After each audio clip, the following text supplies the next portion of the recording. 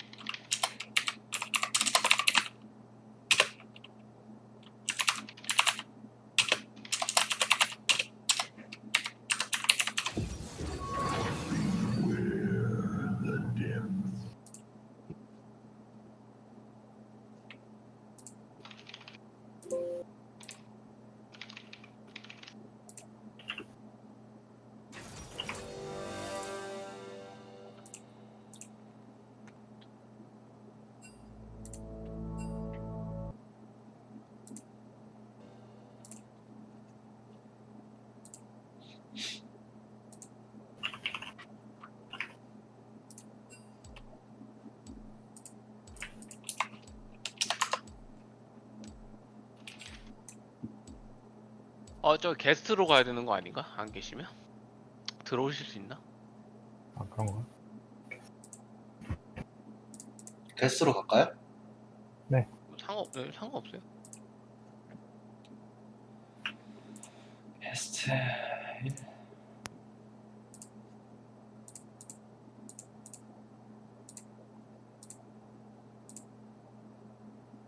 이게 맞아요?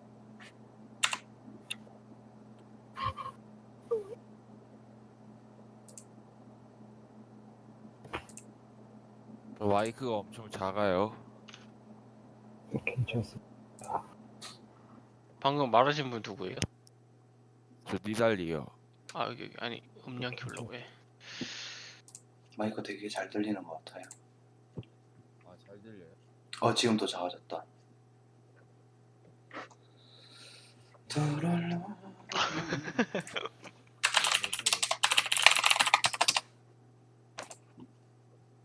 신한라인드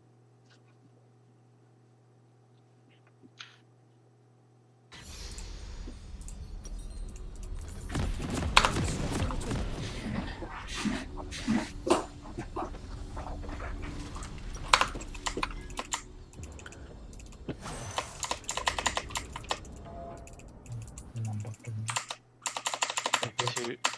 질게임 하면 되는 거죠? 한다고.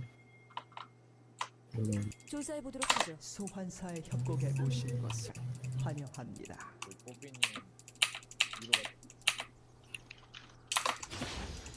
이거 가다가 혹시 걸리면 이거 가는데? 되게 보인 거 아닌가? 걸리면 가는데? 한번 가보. 네. 네.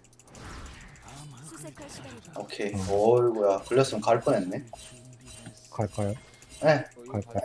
가셔도 될 듯. 아, 오케이. 아비. 오케이. 맞췄다. 나이스. 나이스. 감정 미 터뜨리고.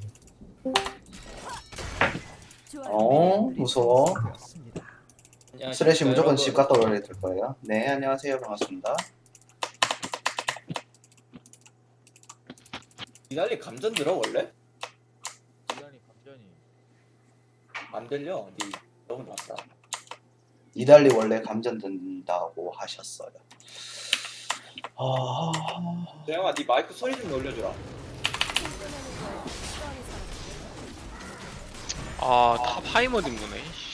하나, 둘, 빨아줄게요. 리시가 너무 키가 너무 깎이셨는데? 괜찮아요? 두 대만 맞으려고 세 대 맞아. 하는 게 좋을 거예요. 카이사.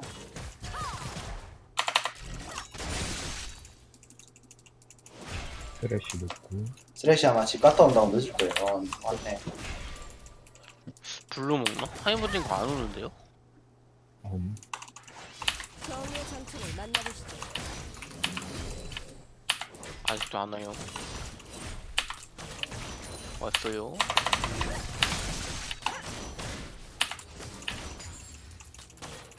물 먹고 온 거지. 제가 됐나? 절대 그럴 리 없죠.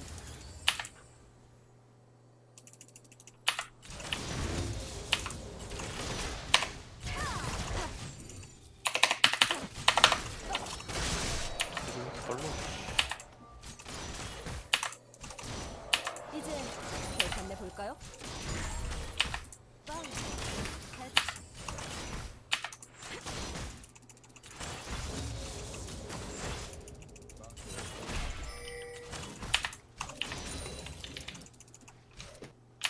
미안해요.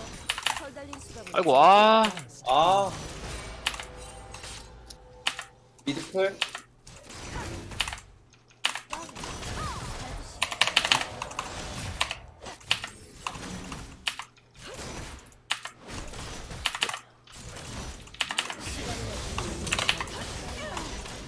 알려주실 분. 어? 나이스. 아무것도 못하니까. 형아 미드캠 왜 안 와? 적 위치.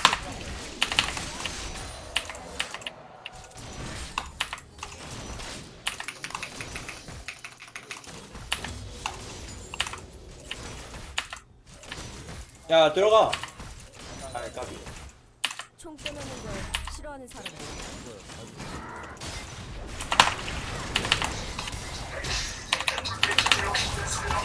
와 씨. 아 이게 뭐야 이게 뭐야. 예, 여보세요? 이 예. 오늘은 나이스. 아유, 바쁜 게 좋은 거죠. 예.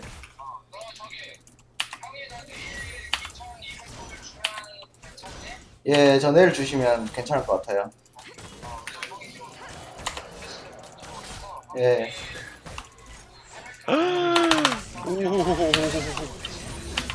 예.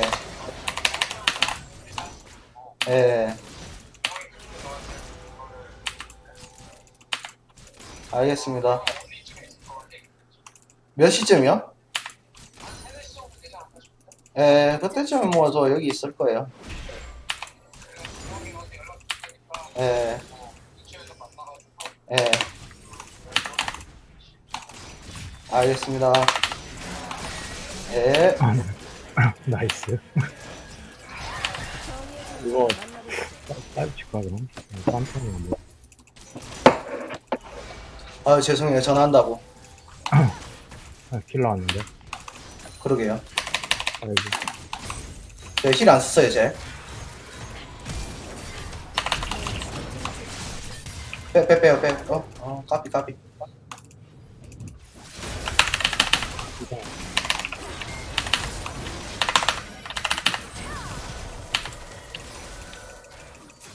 같이. 나이스. 카이사 노텔.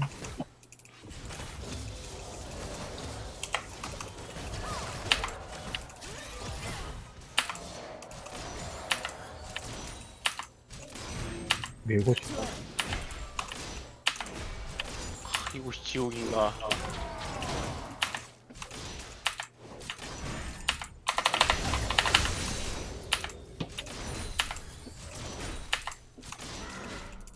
이제 결판 내 볼까요?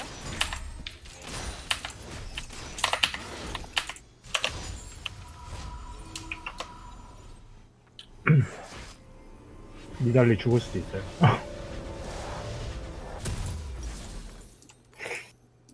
조사해 보도록 하죠.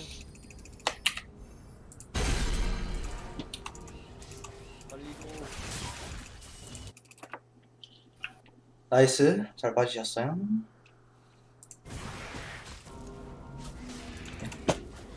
제가 미친다고요? 니달주 가는 중. 이거 헬프. 니달리 헬프. 이거 도와주셔야 돼요. 헬프 가는 중. 여기서. 아, 한 번 더 땡기는 게 안 되나? 초.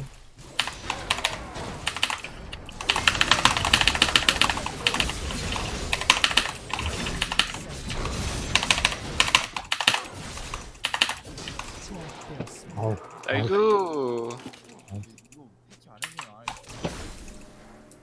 너무 세요 진짜. 이 일에 적합한 물건이 있죠.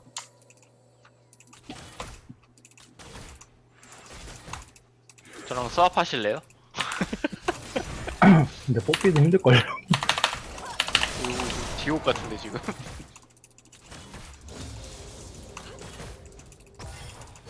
도망치는 건 개소리. 저도 지옥이에요. 아 근데 할머니가 나왔나? 야소한테는 할머니가 날걸요? 레네도 괜찮은데요? 저 레네도 쥐약이라서. 이거 카이사 볼게. 그거 한번 갈 테니까 따고. 카이사.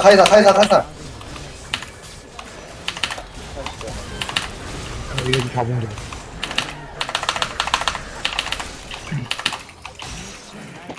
뛰어. 와 빼셔야 돼. 저 2 오거든요. 궁 좀 한번 써보실래요? 안 될라나? 적 위치 확인. 시야만. 해보. 따긴 된 거 같은데. 잠깐만. 호호호호호호호. 위험했어. 말을 아끼겠습니다 저는. 도전해 보실래요?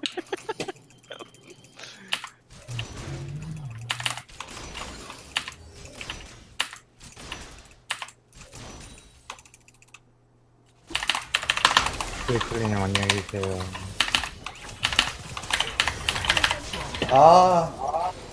소리요. 얘네 용갈 거. 핵 뭐야 또?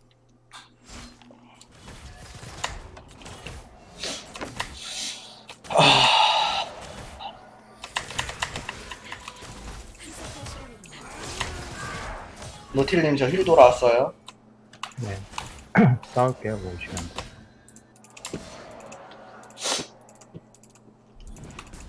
하나 날라가겠다.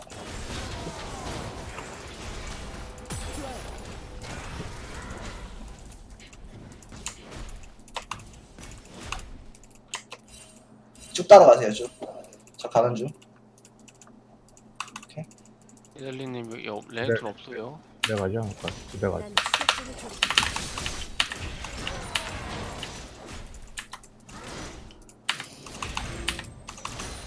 저희도 하나 먹고. 스래시 위에.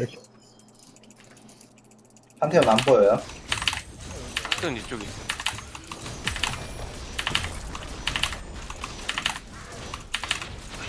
정의 전투를 만나. 하나 먹다가.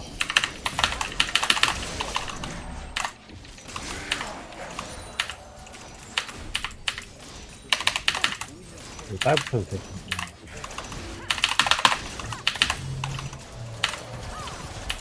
어디 갔다? 먹었어요?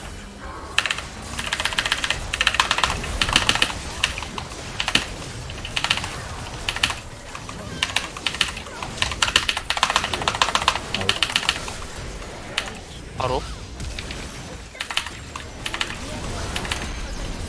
안 까비. 된다.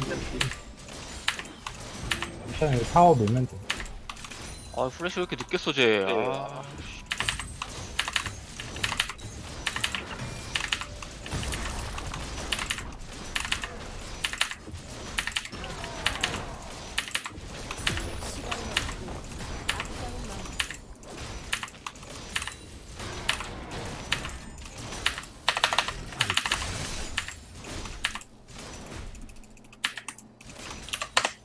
뺄게요. 밀수 뺄게요.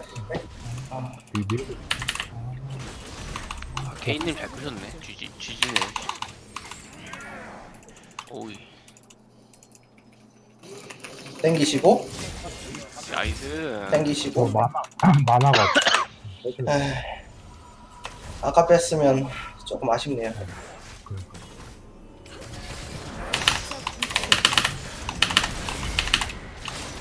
가본가? 가본가?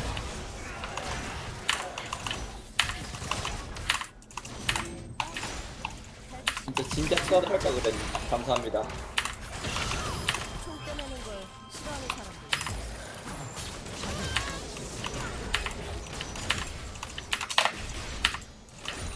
재영아 멤버 안 가냐 오늘은? 저 가야 돼요. 가야 돼? 이 일에 적합한 물건이 있죠. 아군이 당했습니다. 밀어야 돼요. 밀어야 돼요. 오케이. 오. 포탑을 파괴했습니다. 와, 뭔 딜이야 저거. 씨. 네.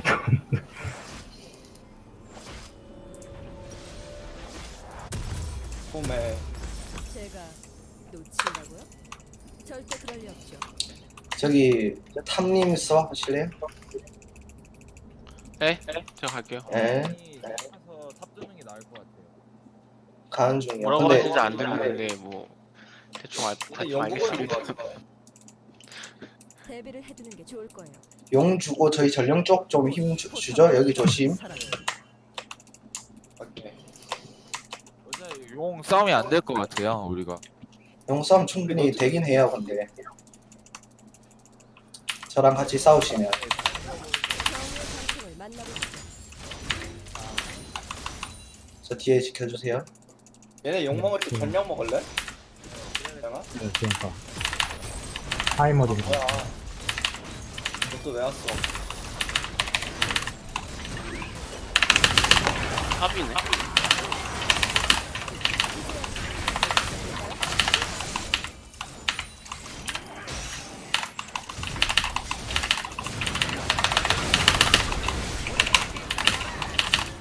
끝.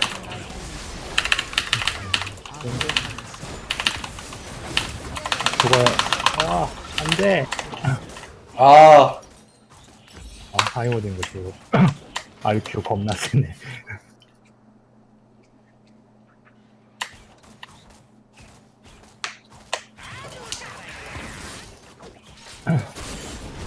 큰일났다. 큰일났다. 큰일 났다. 이거 안 되는데. 와 씨발. 오케이. 미드 갈게요 그냥. 미드 주워주실 분? 못 이거 줘요. 없어질. 이거 없어질걸요 이제? 못 주워요. 레넥이 네 그거 먹었는데 제압킬. 아군이 당했습니다. 모자 맛을 보실래요? 하하.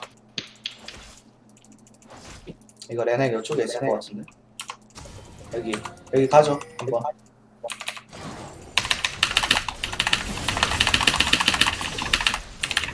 이거부터 노틸러스님 이거부터. 아이고야 나비.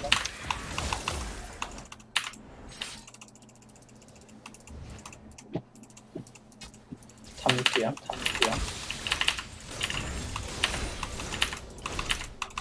시간은 없고 악당은 많고.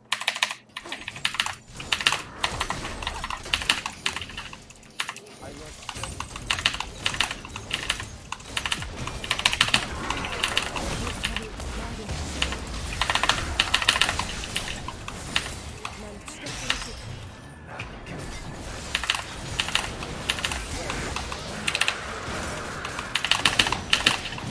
까비. 그냥 밀면 돼요.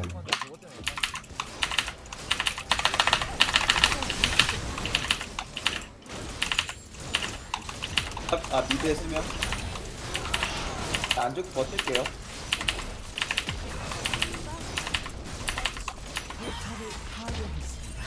애들 뺐어요. 총 빼내는 걸 싫어하는 사람. 니달리 볼게.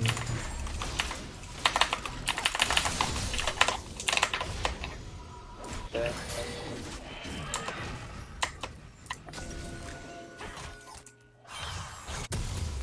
편식까지 하네. 조사해보도록 호피님 하죠. 어떻게 이거 한번 해볼래요? 이달리랑 같이? 뒤에 쓰레쉬까지 다 있어요.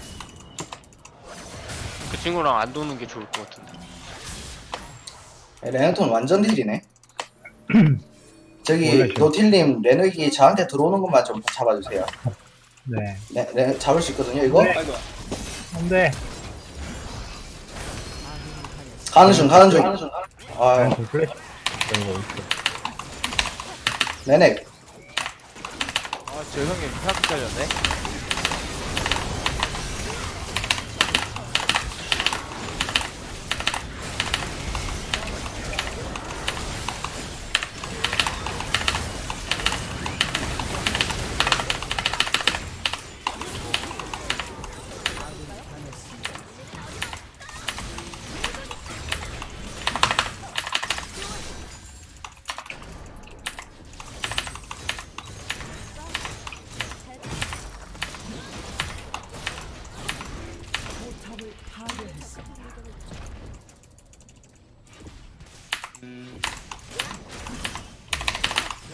만약에 가게 되면 어떻게 가려냐? 이거 레넥톤이?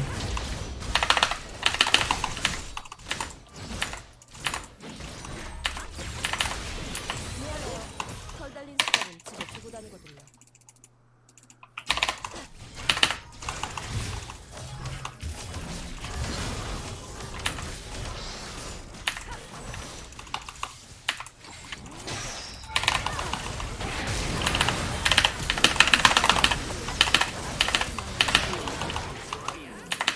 하고 싶은 거 다 하시.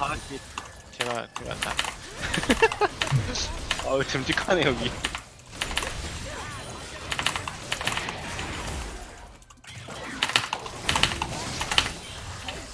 제가 도친다고요?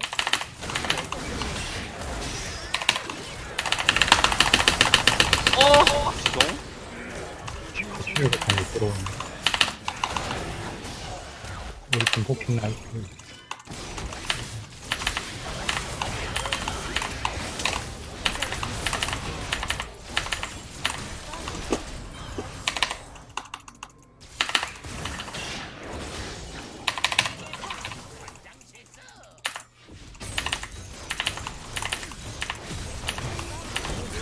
해주는 게 좋을 거예요. 집 다녀올게요. 아, 이게 챙겨 먹죠.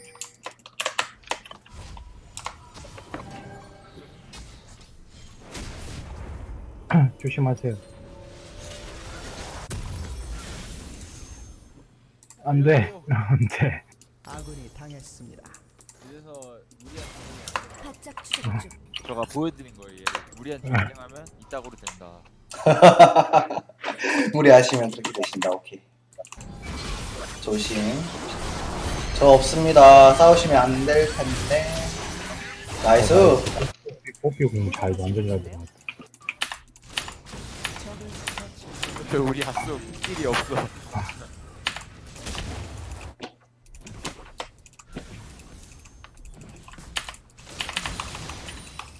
케이틀린 거기 쭉 미시고.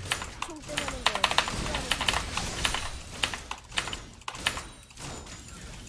필요하는 2초, 2초제 용이나 먹죠. 카이사 위쪽. 이거 페이튼이 빼고, 이거 한타 글라고 할 텐데. 이거 다 털거든. 저 와드 다 떨어졌어요. 정의의 상징을 만나보시죠. 어, 블루 드실 분. 손이 빼야 돼요. 안 돼. 나이스. 나이스. 나이스. 아 개불쌍하네.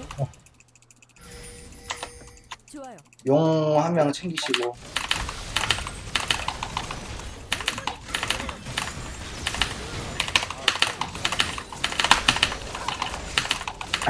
여수님 가서 이거 용 드세요.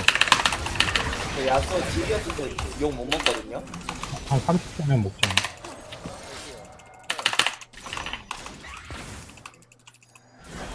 어?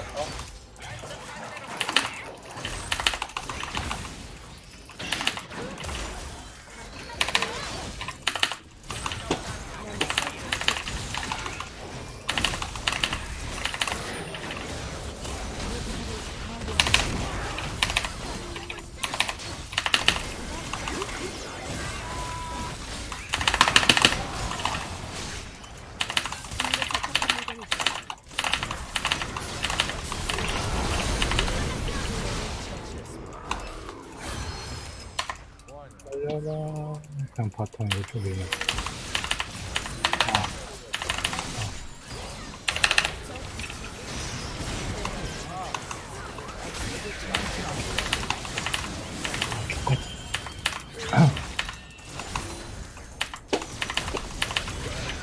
아까비. 아까비.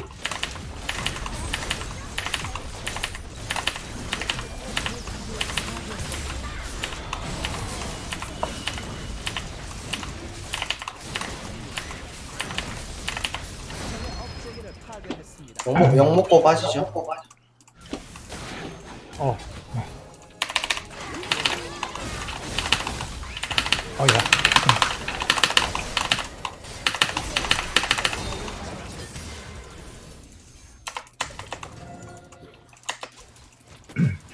좋아.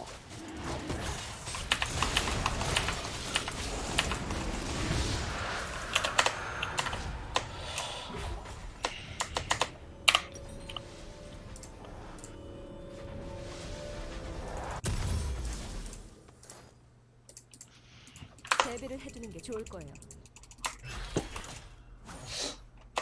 바론 쪽 시약 먹고 우리 바론 먹고 밀면 끝날 것 같지 않아요? 그럽시다. 야 니달리 이거 잡으러 가자. 특패 공발 아저 특패래. 이걸 생각 못했나. 감사합니다. 가비. 나도 생각을 못했어. 이거 미드도 막아야 되는데. 미안해요. 털 달린 수갑은 집에 두고 다니거든요.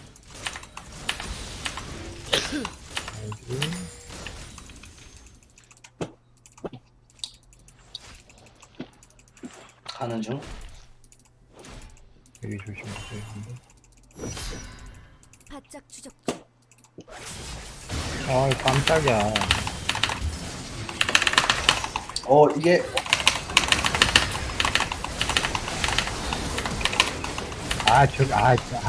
로봇. 로봇.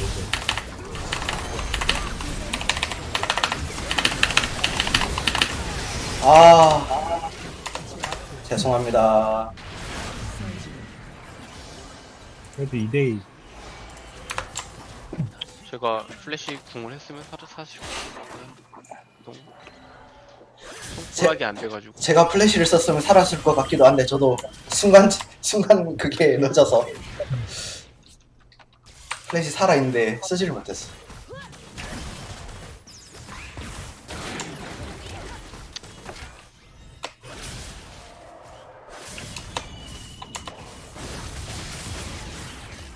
야수님 이제 좀 세요? 오케이 확인. 난 추격자가 좋더라.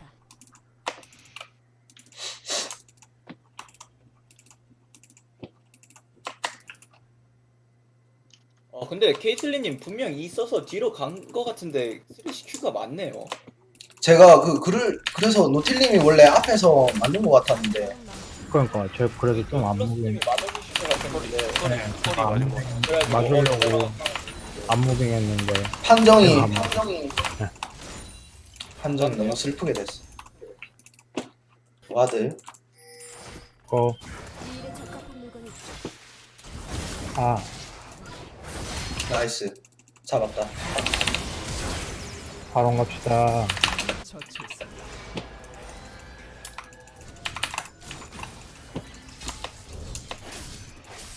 적 위치. 여기 이상한 애 있어요.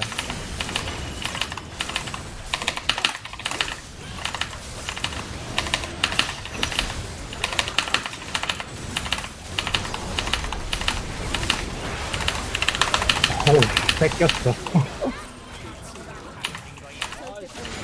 헤헴. 적을 처치했습니다. 우리 정글 뭐야? 영아, 뭐 하는 거야? 빨리 머리 박아. 좋아요. 한태호 궁이 경기가 그렇게 세? 공으로 들어오면서 할 수 있구나. 신기하네.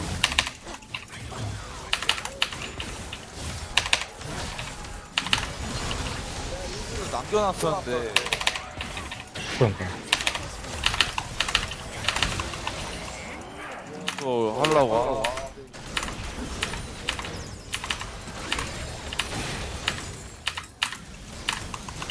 아 뭐가 이렇게 아픈 거야 미친 것들.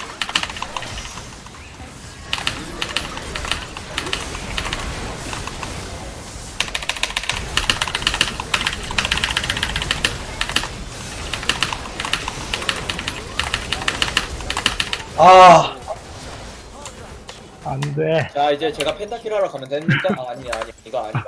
미안해 아빠. 하지마. 보여주시나? 드디어? 이제 각 보고 트리플 보여드려야죠. 될것 같아. 쏘신 거 같은데 벌써? 끝난 거 같은데? 트리플 끝났어요? 아까 끝났네. 들어갔으면 된 것 같은데. 까비. 아파. 계속 카이사. W 날리겠지? 카이사 녹음 노플 자신감 오케이, 심어주고. 간다. 들어가요. 우와, 펜타킬 주려고. 매너 양심 있게. 매너 인정. 네, 매너 인정. 드래곤 나가요. 펜타킬 주셨네. 원래는 죽이려고 했었는데. 대비를 준비를 해두는 게 좋을 안돼 펜타킬 해봤자 우리 케이틀린 20킬이에요. 카이사 전멸이요. 카이사가 저보다 돈 많을 거예요. 잘하면. 아닌가? 근데 어차피 풀템 나와서 네, 일단 레벨을 따라. 아직 케이틀린이 훨씬 많을 것 같은데.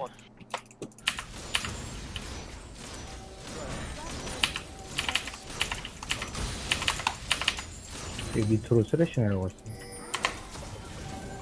모자 맛을 보실래요? 뭐하냐 얘. 오 뽀삐 장인이신데? 바로 들어가. 뽀삐 나이스. 드세요. 아이 원딜 드세요. 저 풀템. 케이틀린 위에 W 봤으면 이길 것 같긴 한데.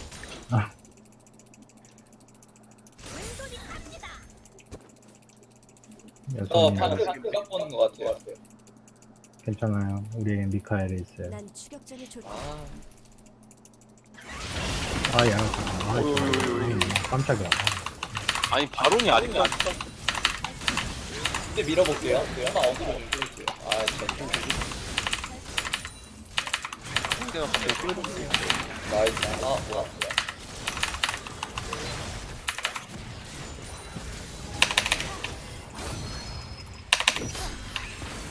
케이틀린 사수하자. 케이틀린 지키기. 미드 한번 밀어야 될것 무조건 같아. 케이틀린한테.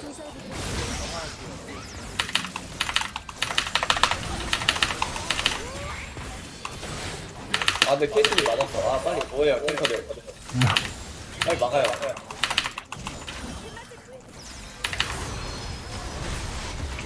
아 왔다. 그치? 나이스. 혹시 공 예약했어요? 뭐야? 아, 솔라리 못 썼어.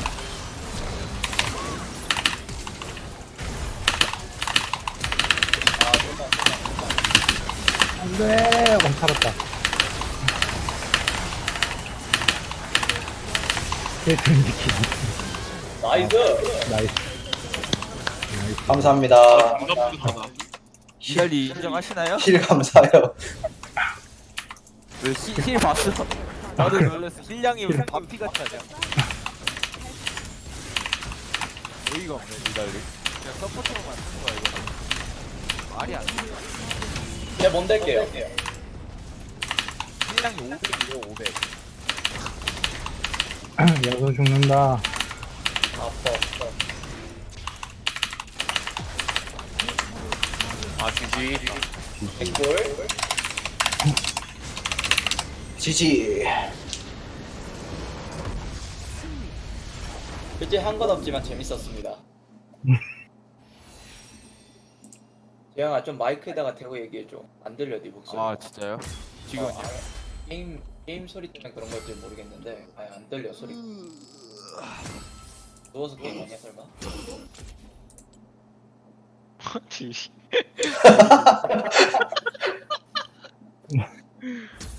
와. 뻑큐 하고 있는데요. 누가요? 그냥 와. 이거 뭐냐? 저왜 딜 3등이에요? 아유 저는 친구가 버렸네. 친구 와서 듀오를 하러 가겠습니다. 힐량 그래도 꼴등은 아니다. 고생하셨습니다. 고생하셨어요. 수고하셨어요. 혹시 가실 분 있으신가요 더? 더 해도 돼요. 오케이. 야 잠깐 주영 주영이래. 주영 언제 갈 거야? 저 덴버 모르겠어요. 뭐 아무 때나 가도 돼요 저는. 뭐 데려다 주는 거 필요해? 해주시면 전 좋죠. 내가 성희한테 물어봤거든. 네. 그래서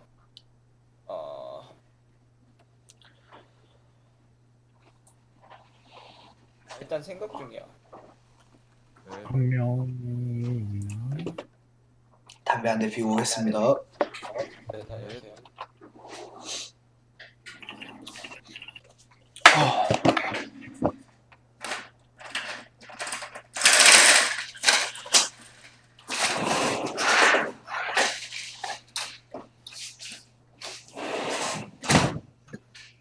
98포인트? 아,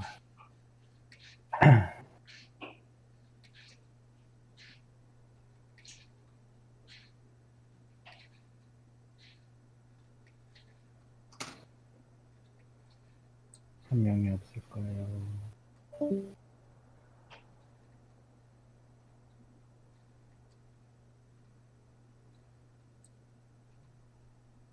분명히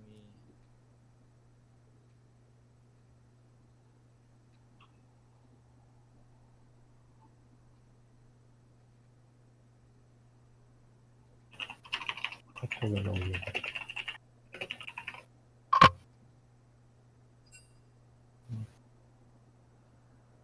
안 맞는데? 저분이 안 맞는 것 같은데.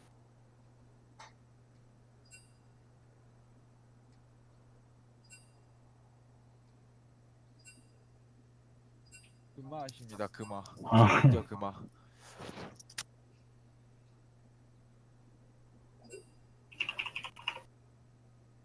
골프 아이디 빌려야 돼 이거. 그러니까. 없나?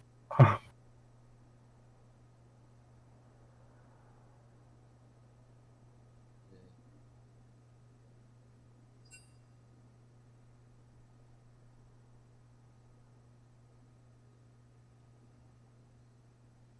잠시만요. 저 아이디 좀 빌려올게요. 네.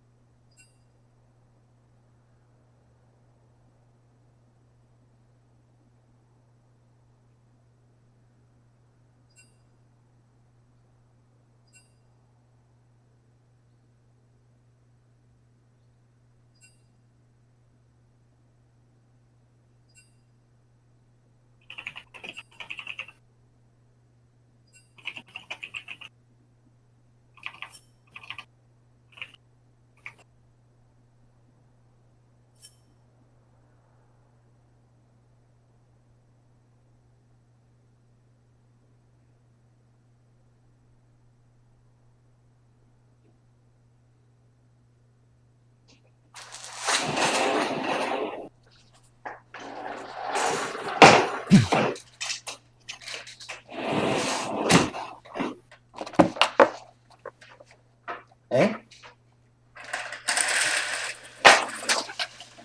어떻게 되는 거죠? 아이디 바꿔온데 아, 저분이 캐리하실 거예요. 그랜드 마스터. 오케이. 아, 저 아이디 빌려왔습니다. 오케이. 아, 애매해요. 저 원래 지금 저거 했던 아이디 있잖아요. 니달리. 네. 그 아이디를 힐링자분이 쓰시고 저거 딴 아이디로 들어오고. 오케이. 이거 그럼 방을 다시 파야 되나? 다운. 아니요. 거기 있으시면 돼요. 저 아무도 안 나갔는데? 그냥, 아, 그거 요즘 오류래서 나간 사람 킥해버리면 돼요, 그냥. 아,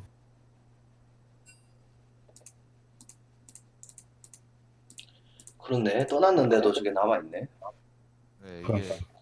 주 안만 게임이라고 롤이.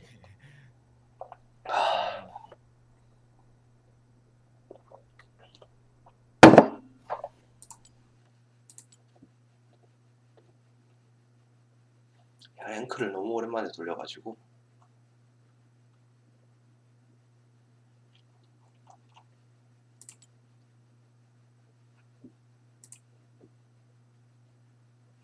저거 방장님이 킥해야 되는 거. 방장이 누구예요? 카이사. 저가 방을 다시 하겠습니다. 네.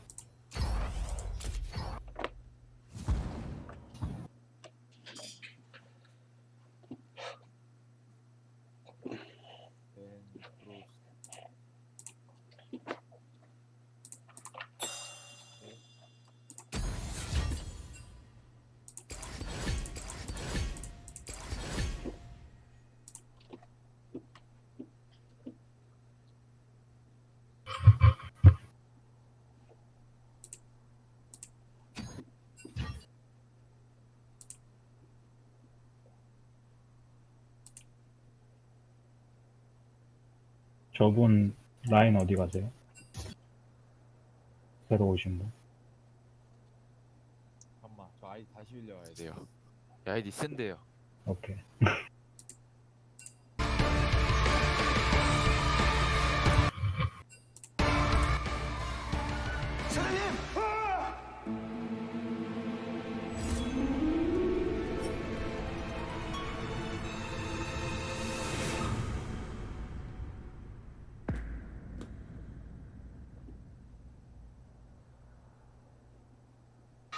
필이?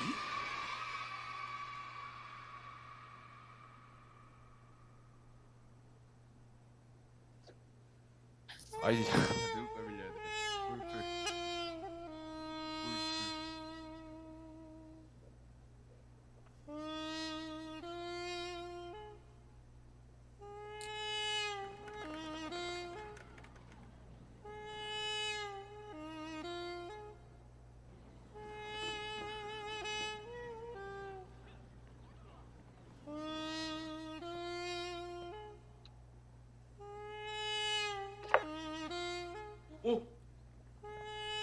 아이들이 모이고 있어요.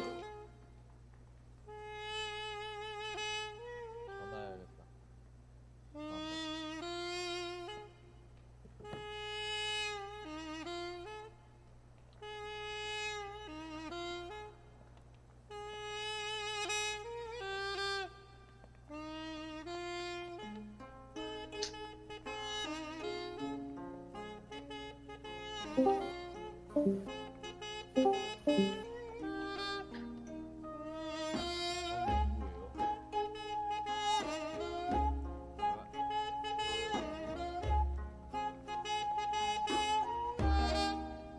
뭐야?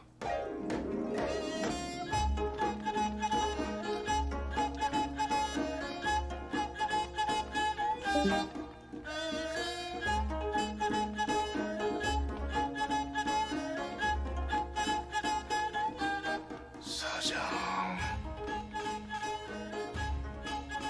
와, 우리 사장님 대박이다. 마치 간디를 보는 것 같아요. 저런 게 바로 진정한 비폭력주의 아니겠어요?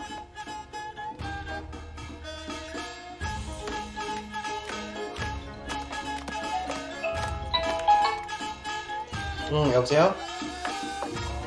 어. 병원 끝났어? 아유, 고생했어. 혹시 아이디 없으시죠? 어. 아이디 정 없어. 골프이 없어. 다시 입어야. 어. 어허. 어허. 충전이 완료되었습니다. 이것도 어.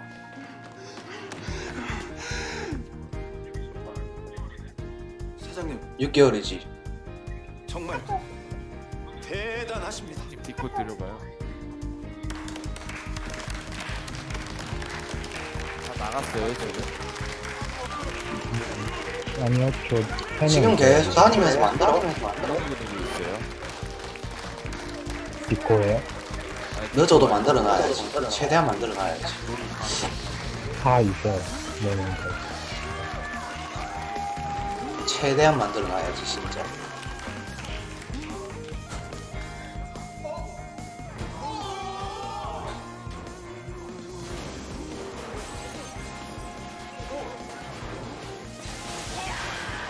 (90% 안 되면 뭐 80% 해가지고 나와가지고 90% 만든 방법도 있어.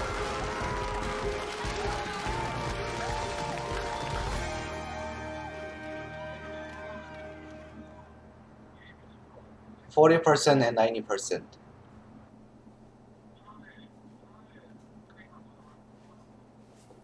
That's it?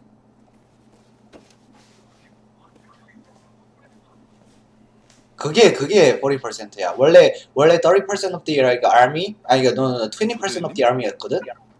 근데 40%로 올린 거야. 거기 가가지고. 여보세요?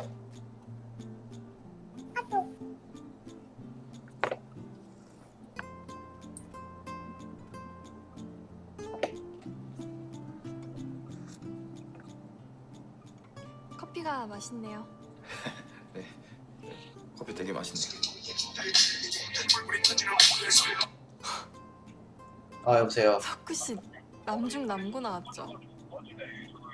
어허. 그걸 어떻게 하셨어요? 대학은 공대 나왔고 아, 그걸 또 어떻게? 그건 나고 80%였고 그냥 그럴 거 20%였어 원래.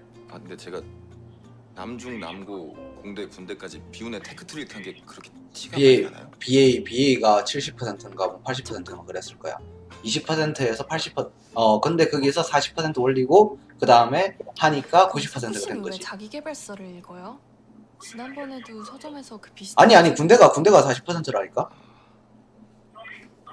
자기 너 재훈이 형. 도움이 많이 되거든요. 저자가 제시한 방향에 따라 그러니까 20%였다가 40%로 올린 거지 살아가면서 거기서. 맞닥뜨리는 문제에 대해 해답이나 방법을 제시받을 수도 워싱 군법 재판 들어가가지고 코र्트 가가지고 거기서 이제 들어간 거야. 비슷하지 않아요? 대부분 기획으로 출간된 도서들이고. 전 오히려 친구나 주변 지인들한테 조언을 구할 때 더 도움이 되더라고요. 저 친구 없어요? 네? 특별히 조언을 구할 지인이 없다고요. 어? 어.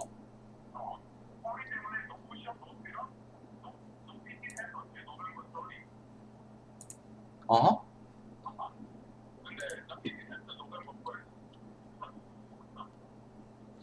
뭐 그렇게 하면 안 보는 거야. 그냥 PT 안 보고 그냥 편안하게 있다가 나오는 거지 뭐.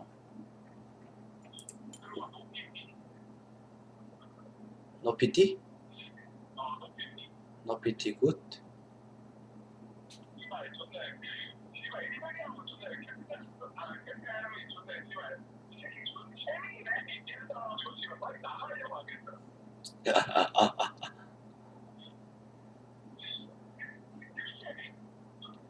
쉽쉐미.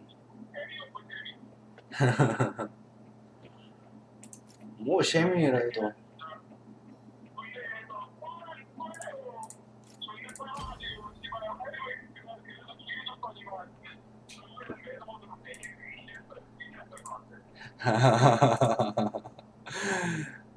원래 펄설전 그러지 뭐.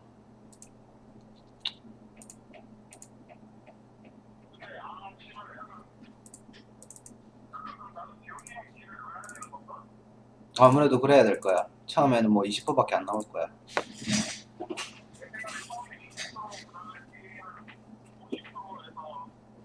(60%)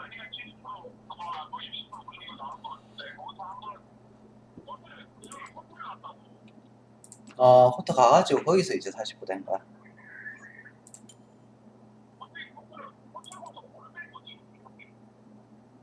모르겠어. 거기서 뭐 어쩌고저쩌고 해가지고 뭐 된 거 같은데.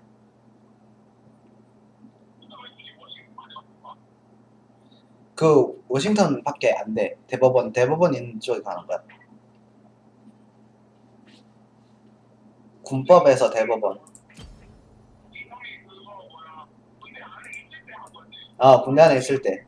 아니 군대 안에 있을 때 터미널 리브도 안 써. 그냥 그거 리버를 줘. 갔다 오라고.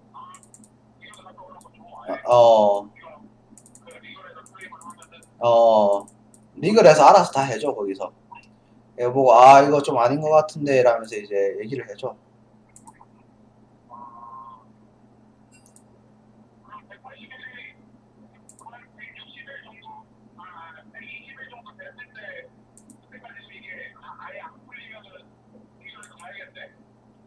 그렇지.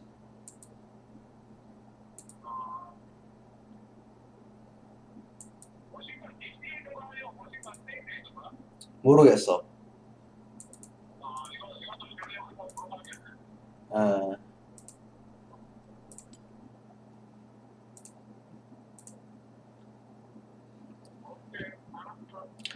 그랴.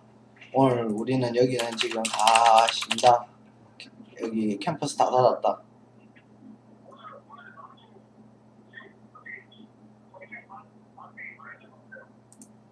그래?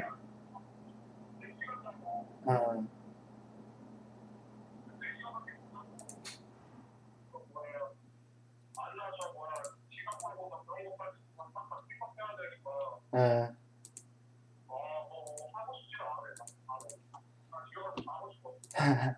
좀 쉬어. 아, 나 미드텀 씨발 90점 받았다.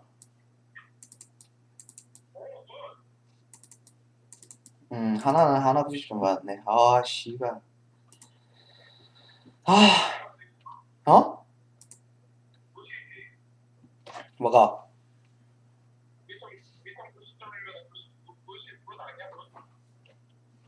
그치, 90%면 A지.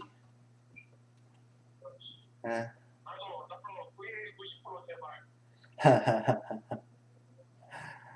아.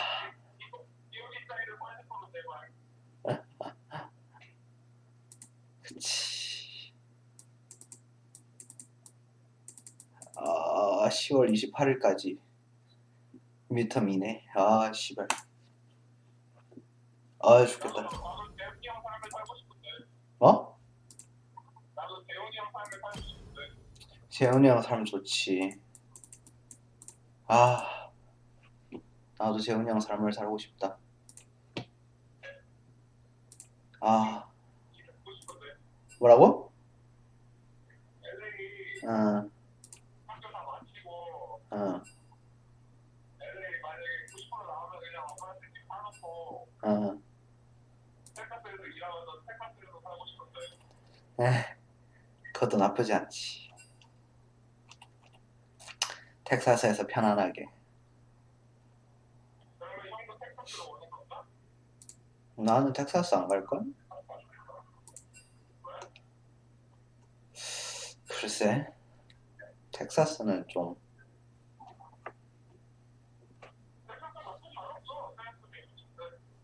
나쁘지 않지. 나쁘진 않지만,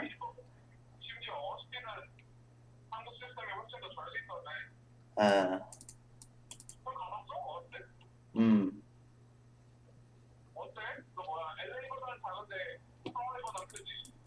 하와이보다는 근데 더워. 개 더워. 훨씬 더워.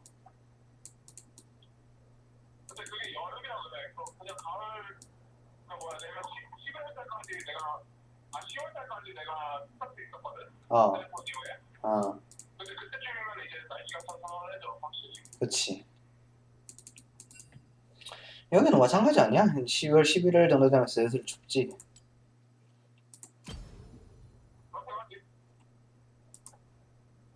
그치.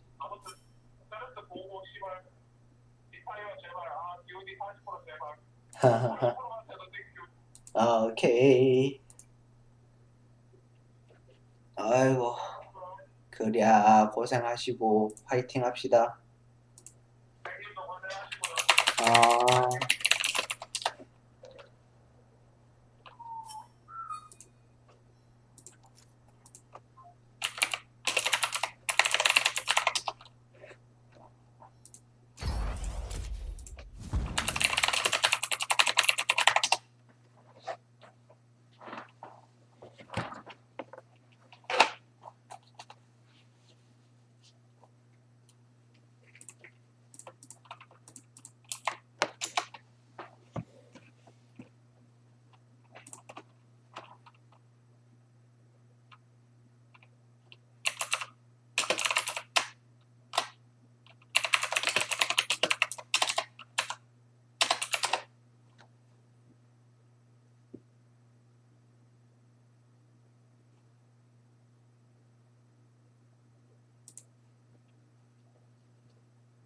Crawls over and hits a tree, my house is gone.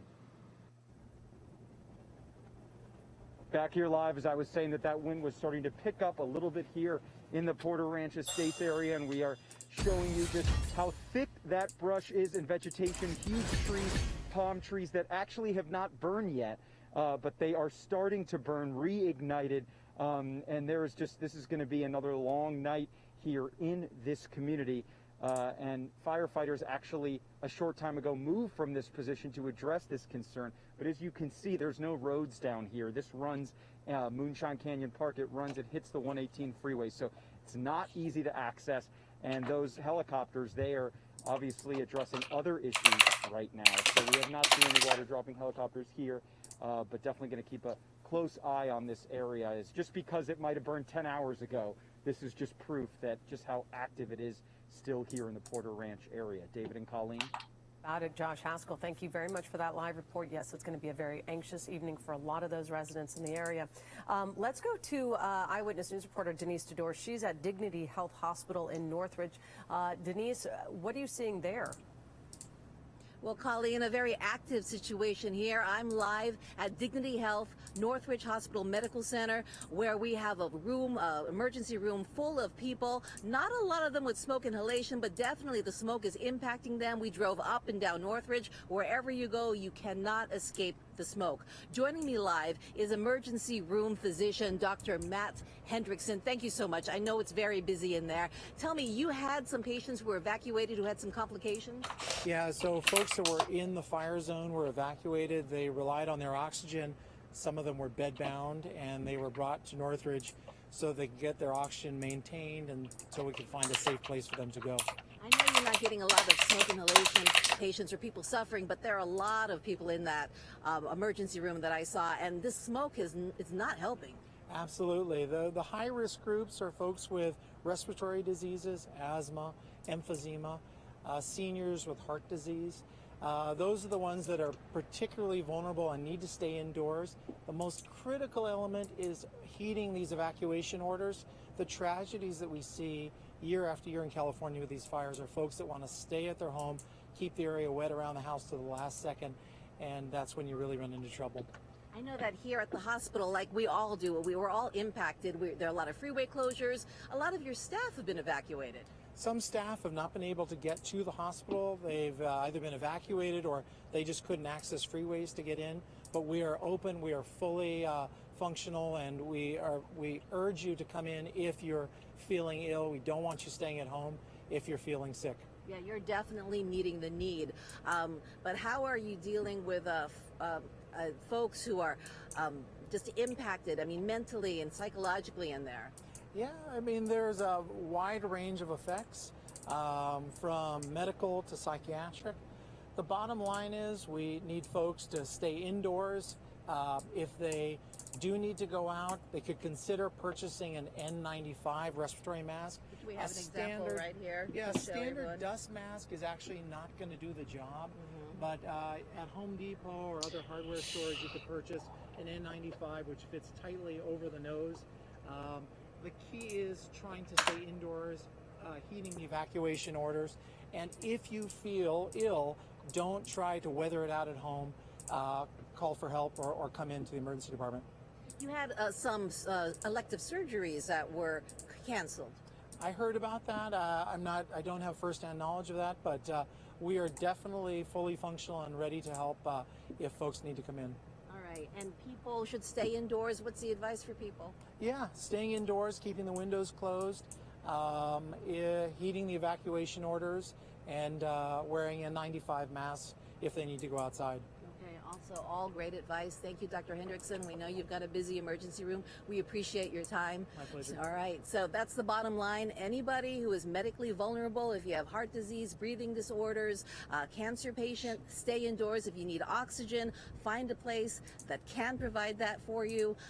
But here at the hospital, they're up and running, busy place, but everyone is being taken care of. Live in Northridge, Denise Tudor, ABC 7 Eyewitness News. Back to you in the studio. All right, we wanted some clarification. I think I just found it, Denise, but you mentioned the N95. That's as in Nancy 95, N95 mask that the doctor said that you can get at Home Depot. Denise, does that sound right? That's it right there. That is correct. N95, that's the one that is going to prevent the fine particles from getting into your airways, because that's the problem. It gets in there, it sticks, and if you have asthma or any kind of breathing condition, that's going to be a problem. And there's a real distinguishment between that one and, let's say, a regular like surgical mask or one of these other ones that are less heavy duty than that. Those don't protect you as well. Oh, we have a lot of people running around here with those little surgical masks, and they're great for comfort. We've even heard doctors say that if it's smoky, wet handkerchief, put that around your mouth. That's also good for comfort, but it is not going to keep the fine particles from getting into your airways. Wow, well, good information on there. Denise, on your other live shot earlier today, we saw people wearing very thick masks as well. So there's so many masks to choose from. So it's quite confusing. That one's an N95. N as in Nancy 95. Thanks, Denise, for that report. And the doctor said you can get it at a hardware store, Home Depot, something like that. That's great. Pick one up if you can. Smoke is a major concern, and keep in mind the smoke is all over the place. So this morning, when we first, actually early this afternoon, when we were first talking to Scott, he was showing us that giant plume of smoke that was basically dumping onto Thousand Oaks and Westlake Village, but then it shifted to Simi Valley. It's just one of those things. It's going to be completely in flux constantly. Oh, well, yeah, and you just keep seeing with the fires, it just keeps going and going. So we're going to take a quick break and stay with us. We're going to have more of our live coverage from this fire. Oh, okay. Sorry about that. We're going to make a U-turn. We're going to stay on our coverage right now. Veronica Miracle, she is standing by. Veronica, are you there? Can you hear us? And where are you? We are actually in the area of El Sereno, and if you can see behind me here, this hillside, you know, it was really going about a half an hour ago. It's about estimated at 20 acres. The good news on this side of the valley here is that this is not a wind-driven fire, simply a terrain-driven fire. So you can see there's a lot of dry brush, and I'm told that this area actually has burned in the past and is not, it's not uncommon that this will light up in flames. And so we saw a lot of neighbors here actually getting on their own rooftops, spraying down their homes with water. Didn't seem to be too concerned about evacuating, and I think that's because firefighters were able to really get on this pretty immediately here and stop the threat from moving down. It's actually good when some of this dry brush can go up in flames because it really clears the threat. You can see it's really dry up there, and as we were coming around the other side of this neighborhood, the flames were also on the other side and back down to some homes, but again, firefighters were able to stop it on the other side there. Quite hot out here, I will say, but the winds very calm, so that's the great news, especially in an area here that is so densely populated. So no injuries reported here, no structures threatened at this time. Looks pretty good here in El Sereno. Back to you guys in the studio. Well, that's good news. It was very concerning just a little while ago, a couple of hours ago, when it was breaking out. That's all we need is yet another dangerous fire. Not that the danger is over there, but it's looking better out there, thanks to that report by Veronica Miracle. We're going to take a quick break. We'll be right back.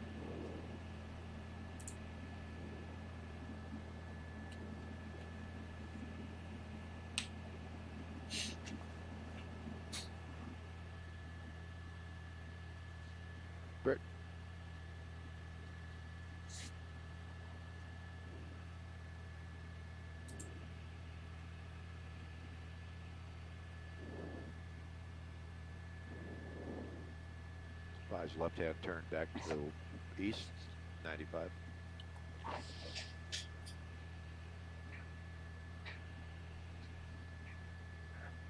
Oh, there's plenty of smoke. It's working its way. I can see it all the way out to Ventura now. It's how far this smoke column runs out to the west. And if the tankers are coming in running those Phosgec lines on the north side of the fire over here, trying to keep it from slopping over into the Newhall area, into down towards Calgrove, just to give you a reference on the 5 freeway. And they've just been continuing working as we pan here to the left, this working towards the east, and right down there in your shot, you're going to see a tanker coming in. It's what they call a PLAT, or very large air tanker. And once we push in there, I'll see what kind that is. And that's going to be a BA-146, it's a 4-engine passenger jet, as you saw PSA use way back in the day. And it carries about 3,000 gallons, and it's on a high recon run now. And directly behind it is a 737. So they have all the big air tankers out here working the area, coming in, trying to paint this Phosgec line. And as we come out, you'll see that orange line right on the ridge line on the top. And that's where they try to make their stand to keep the fire at bay, because once the fire comes uphill and hits that ridge top, it slows just a bit, and they take advantage of that by taking away the fuel at the top of the ridge and basically building that fire break that stops the fire from coming over. But it is, you see right here, just burning right up to the orange line there, and then those flames will eventually go out. But the problem is we got the wind coming through here. It's not as bad as it was yesterday. Not up into 45 mile an hour sustained with 55 gusts. Right now it's a pretty steady breeze right out of the northeast going through here, but we still have embers going up and getting ahead. We have a little spot of fire coming over the hill here to the left as you look down in that bowl right there. There's fire coming down that hill. We saw a couple of helicopters go in there and try to slow it down, and that's burning around a Phosgec line, near a Phosgec line. They haven't put anything in that area, so you're going to see probably a line start being painted from that point to the left towards the 5 freeway to try to stop it coming down that hill towards the 5 freeway. But I can tell you the 5 freeway, as we go to that, Colton, looks like they're throwing an escort down here southbound. I'm looking down, I see a pack of cars. We're up at 9,500, but there's a pack of cars there, and it looks like an escort of a few vehicles coming south on the 5 freeway with CHP in the lead, and it's just a small pack of cars.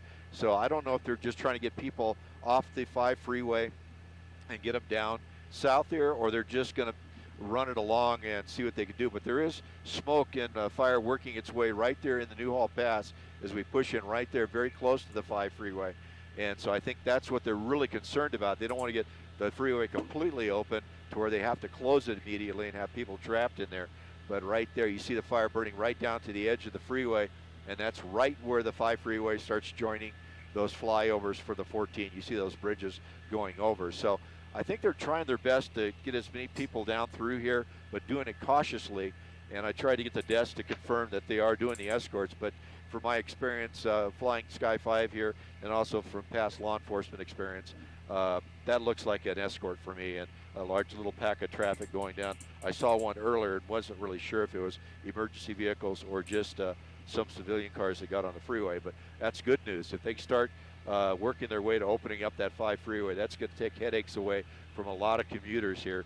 But the number one plan for CHP and firefighters is to keep everybody safe, and you really don't want a bunch of people coming down the 5 if this fire has any chance of making a run downhill towards it. So somewhat of the good news here, that 5 looks like they got the escorts going, and these very large air tankers are doing a great job at hitting this fire line on the top of the hill here over in Newhall. So Lou and Glenn, let me send it back down to you.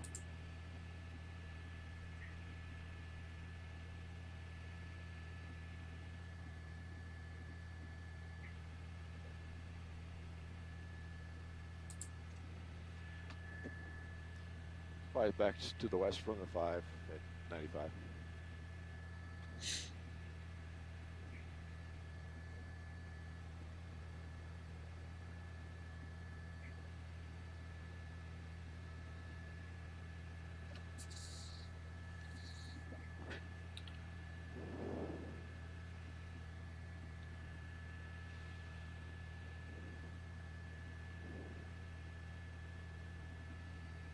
think I'm gonna stay over at this end, huh? All right.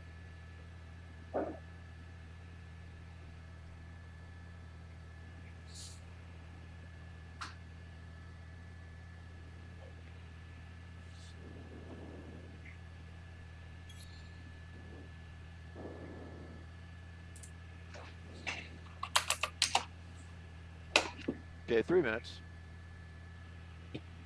Try to listen.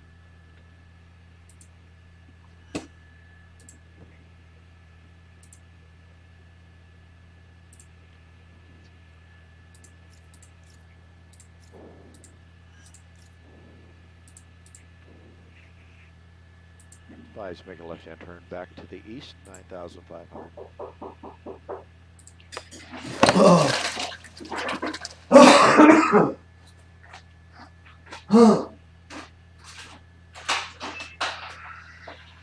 Thank you. Doing a good job, buddy.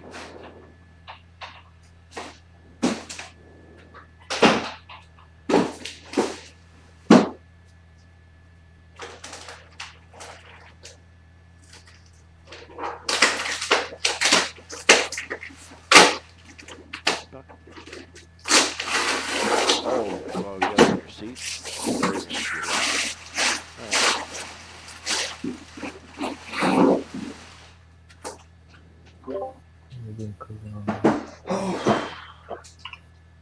Save your back.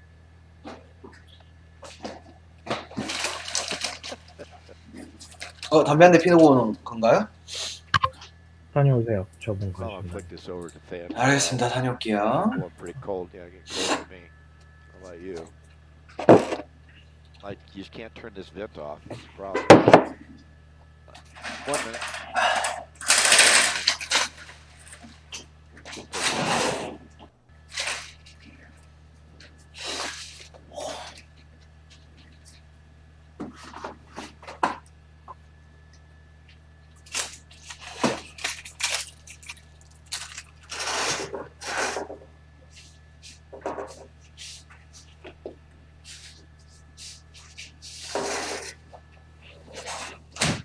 안녕하세요.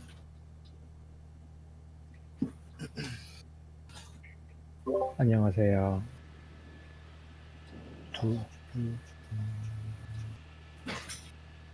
Yeah. I.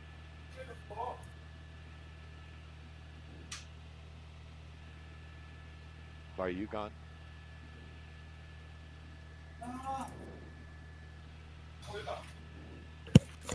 안녕하세요.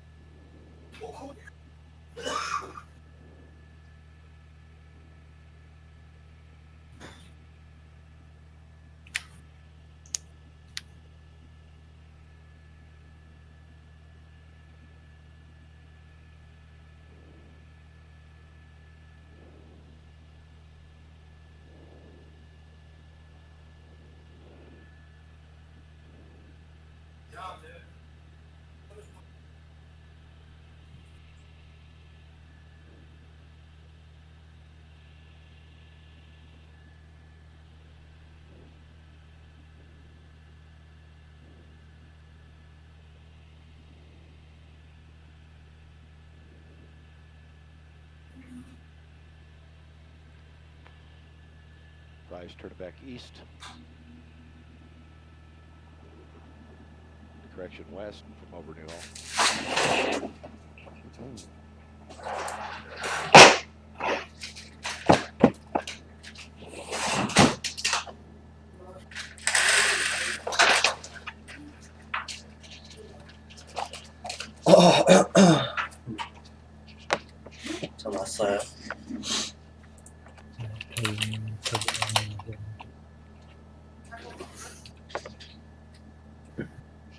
one is that? Let me know if you can tell if that's Lima whiskey or is it? You got Alpha Pop out here, and you got. They all look the same.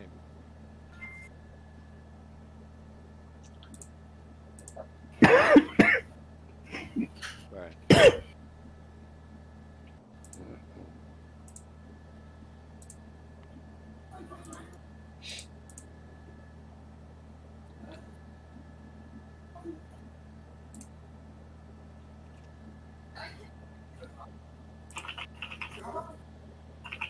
Yeah, I see it there.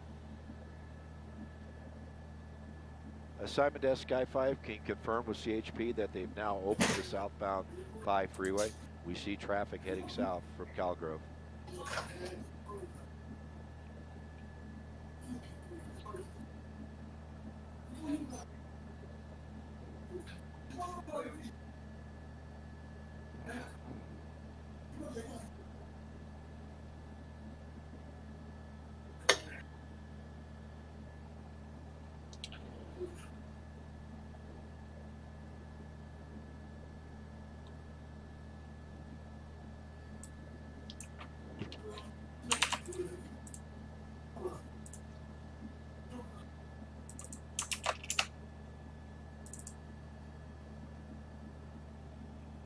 That's for Lima whiskey because he started now.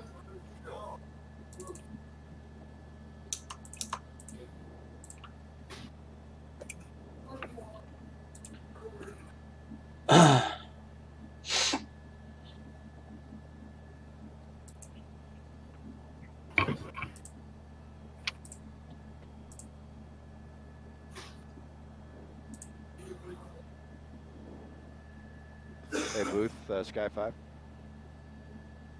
Looks like they opened the South 5 open all the way. I asked the desk to confirm it for me, so you might want to work it from your end. Okay.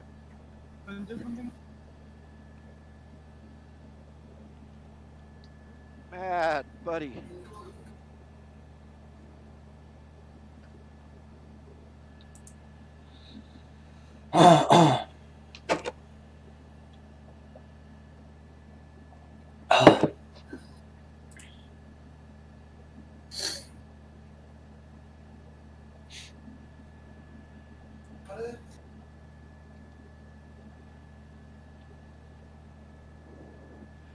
All right, let me confirm. Southbound 5 is open. Southbound 5 to the 14 closed. Truck route to the 14 closed. And the 14 is never been closed, correct? And the northbound 5 is closed.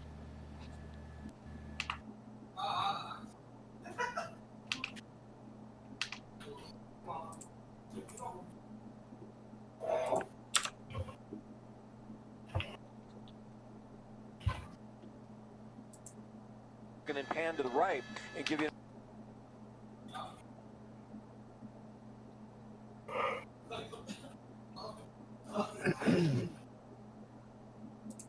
This point on. You know, some of those cars have been stacked up, cars and trucks have been Trucks, stacked yes. up since at least 11 o'clock last night. You got to keep in mind, this is a major thoroughfare. This Yeah. Interstate 5 connects Northern and Southern California, so they've been out there for a very long time.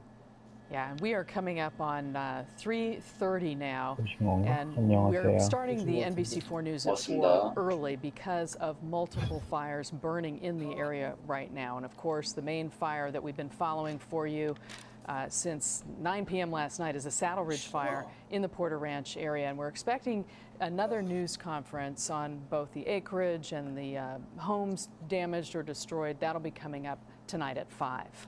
All right, here's the very latest at this point. This fire, as Carolyn mentioned, broke out at about 9 o'clock last night near the 210 freeway in Yarnell in Sylmar. Officials say the fire has burned, this is the latest number we have, 7,500 acres. Still only 13% containment. About 23,000 homes under mandatory evacuation orders up there, and at least 25 homes were damaged or destroyed at this time. Yeah, we do know of one fatality from this fire, someone who was trying to protect his home and died of a heart attack. The firefighter also suffered a minor injury. And as Gil Levis was just showing us, southbound 5 freeway, which had been shut down between the 118 and Cal Grove Boulevard, is reopening right now. Right now, as we understand it, all of Porter Ranch north of the 118 freeway, however, still under mandatory evacuation orders. These are areas of Oak Ridge Estates, just north of the 210 freeway in Sylmar, north of Sesson between Tampa and Balboa, north of the 118 from Tampa west to the Ventura County line. That is Horseshoe Canyon there for people familiar with the area. And there are several other closures, as we pointed out, on the 5, the 14, 118, although the 5 just opened up southbound. In fact, let's check in with Belinda Leon because she's been tracking all of this for us to give us a very latest view on what's open, what's not, what's moving. Yes, you know what? And let's show you a visual and get you the map because that's where we have a better idea of where these roads are. You know, it's a Friday afternoon. People are getting out of work and maybe they want to head out of town. So here's what you're up against. I'll take you to the southbound 14 at Newhall Avenue. That is still closed, but the northbound direction at the 14 is open. Zoom out for a little bit and show you what's happening right now in the southbound 5. That is closed at Cal Grove. Northbound 5 to the eastbound 118 still open. But you just heard of an opening right now for the folks headed in the southbound direction. So this is brand new. Haven't had time to update that on the map. The southbound 5 is now open at Cal Grove. The northbound 5 to the eastbound 18 also open. A closer look at what's happening on the 118. That is now open in both directions, but the connectors to the westbound 210 and the northbound 405 is still closed. A closer look at what's happening on the 5, on the northbound 405. Well, we still have that closure in the northbound 405 at Highway 118. And then over on the 210, the eastbound and the westbound on the 210 from 118 to the 5 also still closed. You know, folks are trying to get out of town and definitely don't want to go through that 5 direction. There's still some backup traffic out there, and it's going to take a while before it starts to free up. Your alternate routes are going to be on the 101, but keep in mind that is going to be a very, very busy route to try and get you out of town. Another alternate route is going to be on the 15th for you, headed out towards the high desert and also out towards San Diego. Also an update on what's happening with the MetroLink. The tracks are now open between Sylmar and San Fernando and Newhall stations. That is the very latest. I'll work to get you guys some more information and updates to get people out there on the road moving quickly. It's good to see traffic is moving there, albeit slowly. Again, this is the southbound side of the 5. And we are starting the NBC4 News at 4 early because of this breaking news that we've been following for you. We want to get back to Angie Crouch now. She's on Darby and Porter Ranch with the Demershi family who lost their home. Angie. That's right. A very tragic situation here. Most of the homes in this neighborhood along Darby Avenue and Porter Ranch were spared. We have seen some scorching in the backyards. Let me show you why. Take a look over here. This is northeast of Porter Ranch, and you can see there in the distance all of those hills burned. Fortunately, though, most of these homes below were saved. But if you look over here, you can see where the fire just raced up this hill. And let me show you what it became of the Demershi family's house. Take a look here. This is their swimming pool. Some of the folks here on Darby Avenue told us that the firefighters were using some of the backyard pools for a water source. But as you can see, this was one home that just could not be saved. We talked with Jerry and Maria Demershi a short while ago. They just returned after spending most of the night here with flames coming through their home. They and their neighbors tried valiantly to save it. They were not able to save it. And as you can see, there really isn't much left. Over here you can see just the chimney is still standing, and really not much more than that. Let's listen now to a portion of our interview with Jerry Demershi. There was a little fire in my backyard. So they came my backyard, they put the fire out also. I thought everything is done, good, no problem. You know, then there was other fires. There is a firefighters left. And I was hanging here to see if they found those firefighters. And I told them that, guys, you know, my 인배 방어하나요? 아니면 burning again. Can you guys come and help? 여기다가 와드하게. Just started. We can put it out, you know. They said sorry, you know. We're working on this. 이거 미신이랑 스레시라 가지고. But we're gonna call other units. They call other units. By the time the other When it came, it took 10, 12 minutes. It was too late. I see flame all over. And I said, that's it. House is done.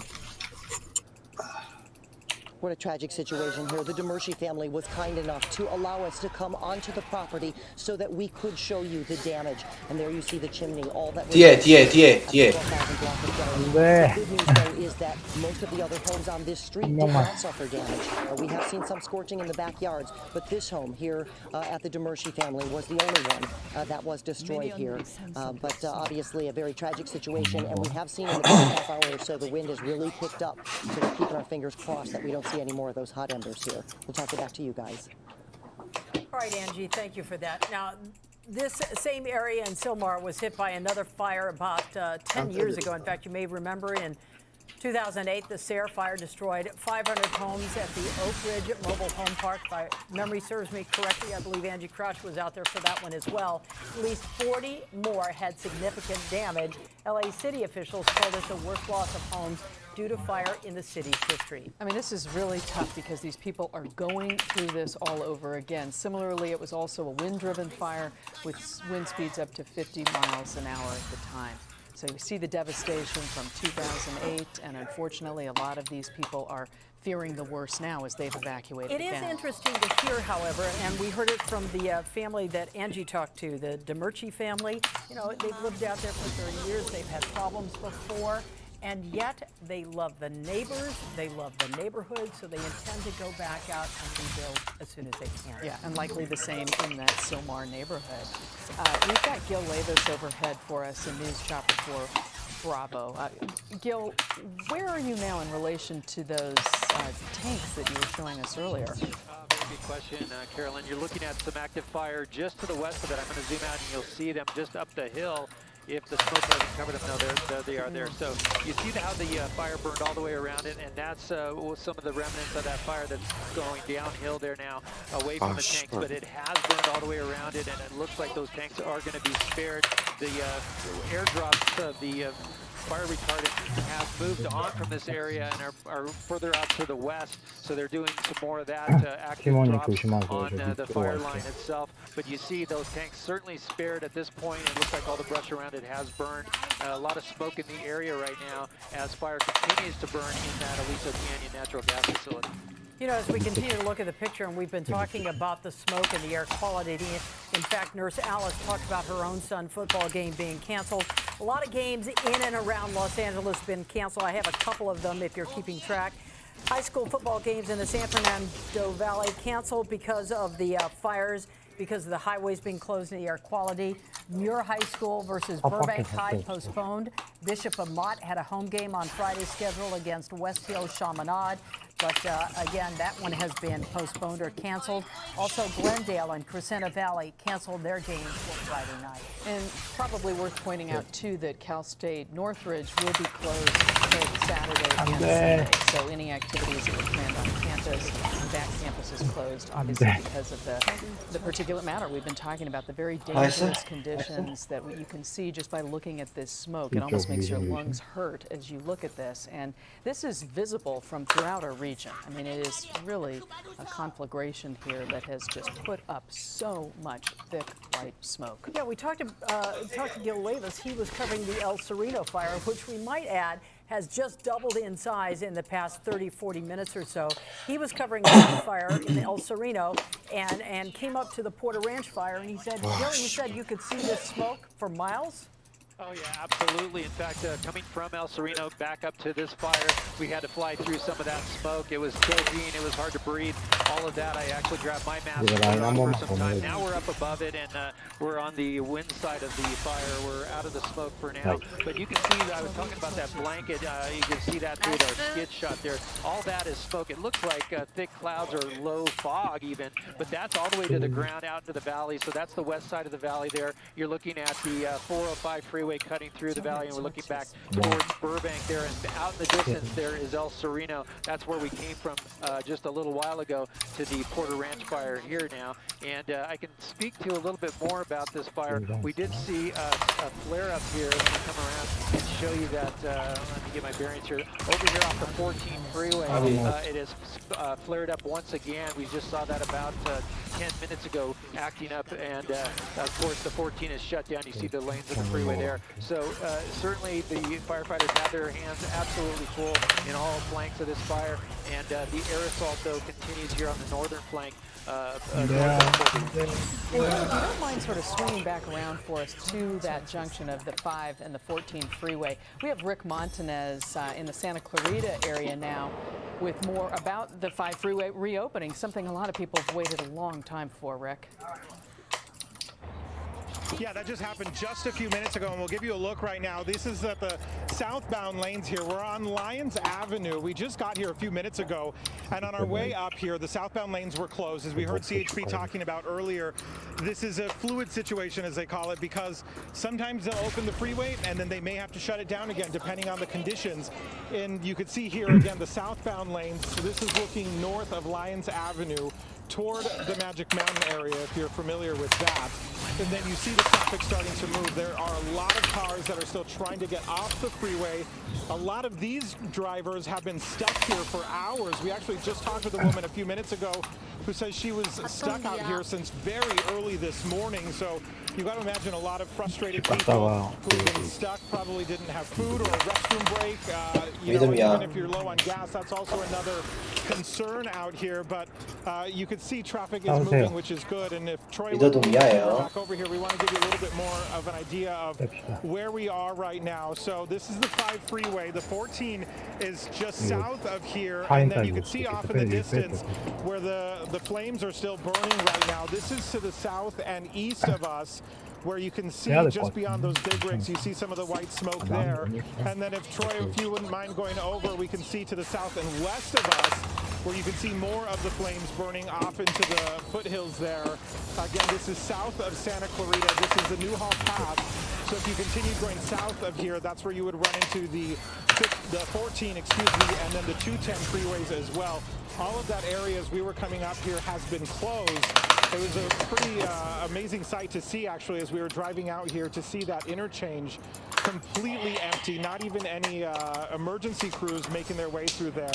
Of course, on a Friday afternoon, that is definitely never the case under normal circumstances.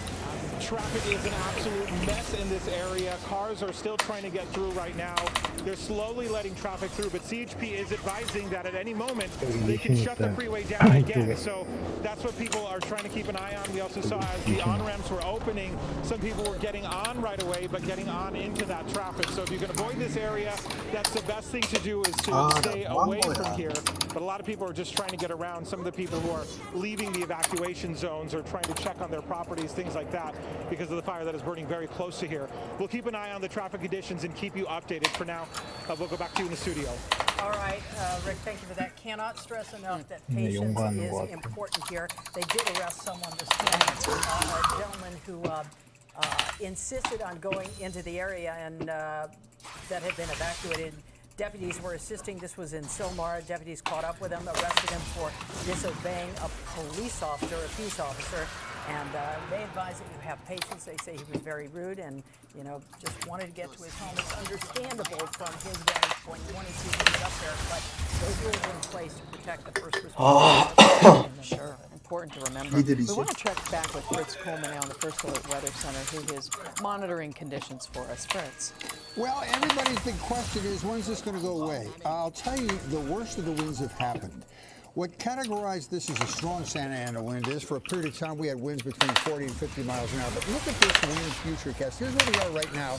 The green wind streams represent winds that are less than 20 miles an hour. And watch what happens as we go through time. Through the 11 o'clock news tonight, all but gone. As a matter of fact, after 11, we might just get non-existent winds. However, for a brief period of time tomorrow morning, just in time for your wake up, we're going to have winds that will just momentarily pulse back up and go offshore, but that won't last very long. Then they will continue to settle down during the day Saturday. Even at their strongest at 8 or 9 o'clock tomorrow morning, we're going to have winds less than 15 miles an hour. And here's where we are by 6 o'clock tomorrow night, which is when the LA and Ventura County red flag warning drops off. And look what happens.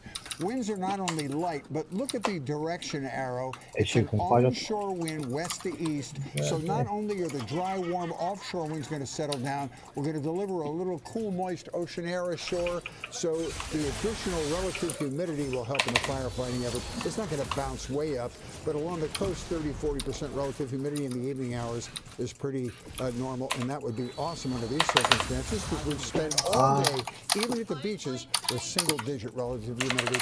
All that to say, things are on the mend. The worst has already happened.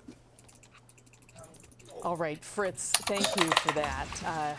You know, this is a certainly challenging time with that humidity level just so low, and even though perhaps the gusts aren't as high as they've been, we're certainly concerned about the dangers that can come. And we have Eliana Moreno overhead for us now in News Chopper 4 Alpha, and we see that DC-10 in action. Eliana. Carolyn, we're watching this tanker as he moves over the fire here, essentially right over the Newhall Pass. My pilot Larry Welka pointed it out to me so that we wouldn't miss the drop, but it looks like the tanker's actually going to make a pass around and then come back and make that drop. So correction, he actually just dropped as he was coming through the smoke there. So he's actually going to go refill his load and come back to make additional drops here in the area. But something I was looking at right now here through the Newhall Pass, I wanted to confirm what was open, what was closed in terms of our freeways. It does look like the CHP is just escorting the first set of cars through the interchange there onto the southbound 5. So this is the trickle of cars that is now making its way southbound on the 5 through the Newhall Pass.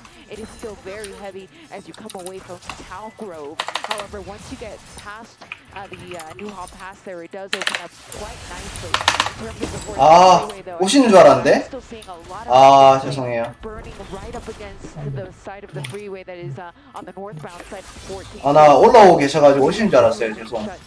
When I last checked the freeway here, the closure was at Newhall Avenue, which is the first exit north of the Newhall Pass. And I believe that is still, in fact, where the closure is on the 라인 밀시고 밀어주고 가시지. Still no timetable as to when that freeway can reopen.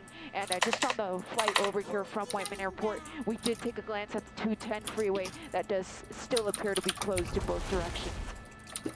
All right. Eliana Moreno, again, Michael Brownlee back in with Carolyn Johnson here live in News Chopper 4 Alpha. And again, took a little break here, but it seems as if things have sort of eased a little bit here for the most part, for now. Yeah, it is a challenging situation, Michael, but at least we are seeing the southbound side of the 5 freeway opening up. We're finally seeing some vehicles move, many of which have been stopped in their tracks, a lot of the trucks in particular, since last night. And so some of that traffic is again starting to move, but as Rick Montanez was telling us, that could change at a moment's notice. And here you have the view of the traffic backup as we scoot in. This is just the southbound lanes that have reopened through the Newhall Pass here. You can see traffic just creeping along, but you can also see just how many trucks are on the road. Yeah, and going from complete closure to now this, again, I guess these folks could take any type of movement, slow or not. Yeah, indeed. And, you know, the evacuation orders are still in place, even though the conditions appear to be improving. The wind obviously died down a bit. But check this out as the shot widens out. You can see all that smoke so close, in such close proximity to the 5 freeway. And it makes you understand why things could change at a moment's notice and why they might have to, you know, shut down the road again. Yeah, again, it's ever-changing, and they... You know, officials tell us not to be complacent. Again, just because it looks a certain way right now doesn't mean things can't change at the drop of a hat. And we've seen that time and time again throughout our coverage here, at least this afternoon. Yeah, one area that we've been monitoring closely is the Aliso Canyon area, the north end of Aliso Canyon, I should say, where we were watching 2 gas storage tankers and very concerned to see the flames creeping ominously close to those. But we watched, you know, careful lines of cross-check being laid down to protect the fire from growing and spreading. 아이고 죽었다.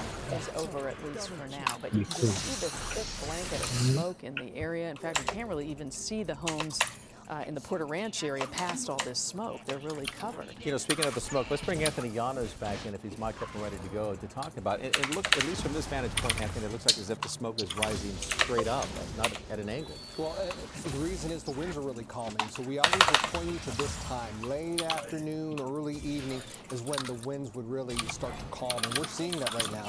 The winds, the strongest gusts I can find in the area, 13 miles per hour. The consistent winds, 5 to 6 miles per hour. So instead of seeing the smoke lay down like we've really seen over the last 12 hours, you're now actually starting to see the smoke rise almost straight up. Now there is still a little bit of a breeze and offshore Santa Ana wind, but it's just much lighter than it's been all day long. So what you're not going to see is that rapid, uncontrollable fire spread. You can still get a gradual fire spread. It's just not going to be as rapid. So again, I thought that was great advice you just mentioning. Don't let your guard down. But at least finally we're starting to see the weather cooperate, at least in the winds. Now, let's talk about the humidity, though. That's how, yes, I was about to say how it's not cooperating. You have single-digit humidity, and that's going to stay like that throughout the day tomorrow. We don't get an onshore wind until Sunday morning. And so that's the big thing, and that's why we have the red flag warning for this area through tomorrow evening at 6. And it's because the humidity is going to remain 1 to 8%. When it was bone dry out there, I was in this area yesterday, and you could just feel how dry it was. And at that time, you know, the winds were kicking up. So fortunately, they're laying down now. And it's not just this area. The concern is throughout the entire area of Southern California. The highest humidity here is Santa Ana at 9%. And that's for all of Southern California. And close to the fire, you're at 5%. The other area near LA is 5%. That's just incredibly dry. Okay, we're sort of getting a break for these winds right now. Obviously, humidity in the single digits, but what are we forecasting from now until tonight? Okay, the winds, we still got it. Yeah, we got it up here. Let me show you this. So here's the winds. Again, it's still a little breezy north of the fire. As we move toward tonight, look how this just calms. You got an offshore breeze, but that is really light. So all of the firefighters working now until this evening are really going to have the weather help. But look at this. As we move toward tomorrow morning, there is another peak. And we're back to these 20-plus mile per hour gusts from Thousand Oaks, Simi Valley, all the way out to Santa Clarita in the teens. Now, it's nothing like what we saw last night or this morning or earlier this afternoon, but it's still pretty gusty. And you can still get a pretty good spread with the 20-mile per hour gust and consistent winds 10 to 15 miles per hour. But let me show you this. This is when things start to change. As we finally get to Saturday night, there's that onshore wind. You see the direction of the wind arrows here? Let me point that out for you. This is now onshore. And so what's going to happen is the humidity starts to climb. But that's not until late Saturday, Sunday. Wow. So that is a long time to go. Yes. I mean, and you're talking about throughout our region, really, of everyone having these incredibly low humidity numbers. And they stay incredibly low until Sunday. All right, so a lot to get through, a lot to look forward to. We obviously can't wait till Saturday night, late Sunday morning when the humidity will begin to climb once again. Exactly. Let's check back in with Eliana Moreno. She is overhead for us in News Chopper 4 Alpha. Carolyn, we'll continue to watch the firefighting efforts here, specifically here in Aliso Canyon and very close to those tanks that you mentioned before. We actually just saw a tanker drop his fire retardant line right there, and you see it there. So there was already a fire retardant line there, but he just added onto it. And we also saw numerous water drops, again, surrounding these tanks, even though there was no active flame. So this is definitely an area that they want to protect. You see how close the fire came to possibly burning those tanks there. You can see it everywhere where it is black. That is where the earth has been scorched as a result of this fire. But I'll pull out the shot here so that you can see where that is in proximity to the big picture. You can see that everywhere we look, there is a lot of smoke. Not too much in the way of active flame that is visible to us, but only because of the smoke. It's not that the flame isn't there. And as I move the shot a little bit further to the west, you can see that these are going to be the nearest homes that are closest to this firefight here in Aliso Canyon. So they're the homes that are off of Cessna Boulevard, which is actually an area of homes that we were watching very closely last night when the fire made its push over to the west after starting in the Sylmar area and then jumping the 210 freeway and then the 5 freeway.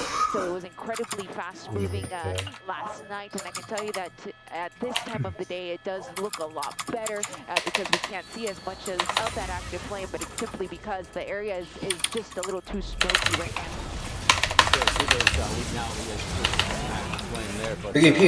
여기. Glory as well would be those transmission lines there in the foreground, but you see equipment out there, you see personnel, firefighter personnel out there, and again, to see those Phos-Chek drops up near those natural gas tanks, pretty incredible, especially with those flames inching so close. Yeah, it's really been interesting to watch the aerial assault on this. We've seen the scout pilot coming through. 여기 제드. You know, figuring out how they're going to lay down the Phos-Chek containment. Water drops obviously in this area as well. And then we have a situation in El Sereno that broke out where we had what began as a 1-acre fire, you know, in that area of El Sereno. It quickly grew to 20 acres, now at 40 acres, but at least they were able to get containment around that. They were able to use a lot of the air resources that we've seen put into place here, kind of transfer them down there, try to take care of business, and then I imagine now they've returned back to this area. Yeah, so place to place, and again, 아이고. the winds and the embers flying, you get these spot fires all over the place, but again, that second fire in El Sereno, how it grew so rapidly from 1 acre, as you mentioned, to 40 acres, and some homes in the area pretty close to those flames as well. Yeah, fortunately, no structures damaged that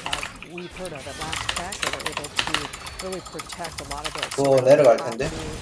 Hand crews on the scene working in concert, obviously, with the assault in that area. But it's important to point out that we've been talking about air quality, and that high school there in El Sereno had its football game canceled for tonight. All activities in the San Fernando Valley for children. 아이고. Just to protect people from inhaling this particulate matter that we keep talking about that is so dangerous. Yeah, no Friday night lights here in the San Fernando Valley, that is for sure, which is obviously a tradition across the country with the high school football games on Friday nights. Eliana Moreno continuing to provide us these shots here at New Chopper 4 Alpha. And again, we just see the large amounts and the large swath here of smoke. And of course, that Phos-Chek there right in the center of our screen, Eliana. Yeah, that was actually the same tanker that came by twice. He did a split load. That particular type of tanker has the capability of splitting its load rather than dropping all of it at the same time, which allows him to be even more precise in how he drops that fire retardant down onto the ground. And you can see that they have painted the land red right next to those tanks because that is an area that they want to protect here in Aliso Canyon. I'll put this on I think it's always important to show you the big picture because sometimes when we're on those night drives, you don't really get a good idea of what the big picture looks like. But I'd like to just take you on a little tour here so that we can basically start from where this fire began yesterday night and then move you to where it's moving to now. When the fire first broke out and we were overhead at around 9 o'clock, that's about the 210 and Yarnell to the Oak Ridge Mobile Home Park. That is where the fire originated, and the cause of the fire, of course, still unknown. The fire moved uphill. Fires tend to move quicker uphill than downhill, and it quickly made its way up to the top of the hill, and the winds pushed it over in a westerly direction because at the time, the winds were gusting. The fire department said at about 60 miles an hour when they first arrived on scene. The fire crept over the 210 freeway, crept over the 5 freeway, which we just hopped over there, making its way over towards Granada Hills and Porter Ranch, and basically now the smoke all the way to the county line between LA County and Ventura County. So all of Porter Ranch again remains under mandatory evacuation. That is the site where we saw a number of homes go up very early this morning when we were overhead in News Chopper 4 Alpha after our 11 o'clock newscast. Unfortunately, of course, those homes lost and more homes still threatened. NBC4 News at 4 starts with breaking news. A disastrous forecast warned with deadly consequences. Flames explode across the hills of Southern California, fueled by fierce Santa Ana winds. Residents rush to grab what they can, desperate to save their lives as well as their memories. There it is. There it is. Beautiful. Firefighters continue their all-out assault in the air and on the ground, as the extreme fire conditions are expected to threaten the region throughout the night. And thanks for joining us, everyone. I'm Carolyn Johnson. And I'm Michael Brownlee. Our breaking live coverage of the so-called Saddle Ridge Fire. 리신 궁 없어요. Live looking out from News. 돈 막아야 돼요. The Saddle Ridge Fire sparked last night around 9 o'clock at the foot of the Santa Susana Mountains in Sylmar. Those flames quickly spread to Granada Hills and Porter Ranch, burning at least 75 acres. 가렌 가요 뒤에. 뒤에. Right out of their homes. The entire community of Porter Ranch, north of the 118 freeway, is still under mandatory evacuation orders. Also, parts of Granada Hills and Sylmar, and altogether, that's about 100,000 people, many of them seeking shelter at evacuation centers, and some of them already overflowing. All right, and even if you don't live in the evacuation zones, chances are you have felt the impact somehow. The northbound 5 freeway was closed at the 118, so is the 210 between the 118 and the 5, and the 14 between the 5 and Newhall Avenue. That caused massive traffic delays all day, continued throughout the night. Schools in the area closed for the day. High school football games there in the San Fernando Valley and El Sereno have been canceled here tonight, and the smoke obviously spreading through the San Fernando Valley, putting the young and elderly there at risk. Yeah, really everyone at risk from that. And here's the latest information that we have for you as far as the numbers go. The Saddle Ridge Fire has burned more than 7,500 acres. It is now about 13% contained. One person died after suffering a heart attack trying to protect his home. We know of one firefighter who suffered an injury. 23,000 homes are under those mandatory evacuation orders, and as we've mentioned, this impacts some 100,000 people. We believe at least 25 homes were either destroyed or damaged. And we do know 5 evacuation centers now open, including Brantford, Lamar, Northridge, Granada Hills Rec Center, as well as 가렌 먼저 4대1 Sylmar. He's got some breaking new information about the possible cause of this fire and the investigation. 와, 가렌 졸라 세네. Well, Michael, this is our first indication of exactly how this fire may have started. We're in the foothills of Sylmar on Saddle Ridge Road. It was this street where the first 911 calls were made last night reporting the fire. Some residents said they smelled smoke. They said they didn't hear anything, but then looked outside and saw flames. And in fact, it was what they saw that now appears to be the focus of the fire investigation. 안 끝나나?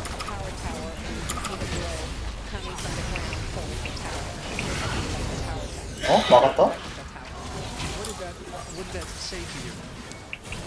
안 돼!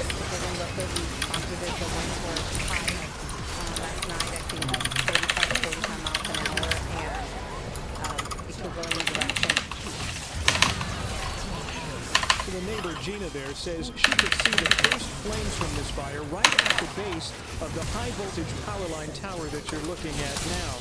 She even recorded a short video of the flames and 딱 재밌겠네. Well, unfortunately, we lost Eric's signal there, but you know, this is something they're certainly investigating. When someone sees flames at the base of a high voltage power tower around the time that this all began, you can wonder if it had an origin. Yeah, and as a matter of fact, Erica mentioned before the live shot went down that this woman, Gina, the witness there, has some type of video, so perhaps that would be pertinent in any type of investigation that happens from this point on. Yeah, indeed. Well, let's check in with NBC4's John Caddies-Klimak. He is in Granada Hills for us now. John. Hey guys, we're at the top of Gillette Avenue. There are 2 homes in this cul-de-sac that have burned. One of them behind us, you can barely see. The gate is here. It's further down that driveway. It's a complete loss. Over here, you can see this one a little bit better. Both of these homes have burned, and you see what is left behind. And just to the right of this, there's a house that's for sale. And then one more to us now. Ayad, tell us what was going on last night. You said around 10:30 last night is when you saw the flames here. Went to bed around 9:30, and then neighbors text me, trying to call me. I was asleep. My phone was on vibrate. So, but then woke up and they told me that the house is right on the other side of the 210.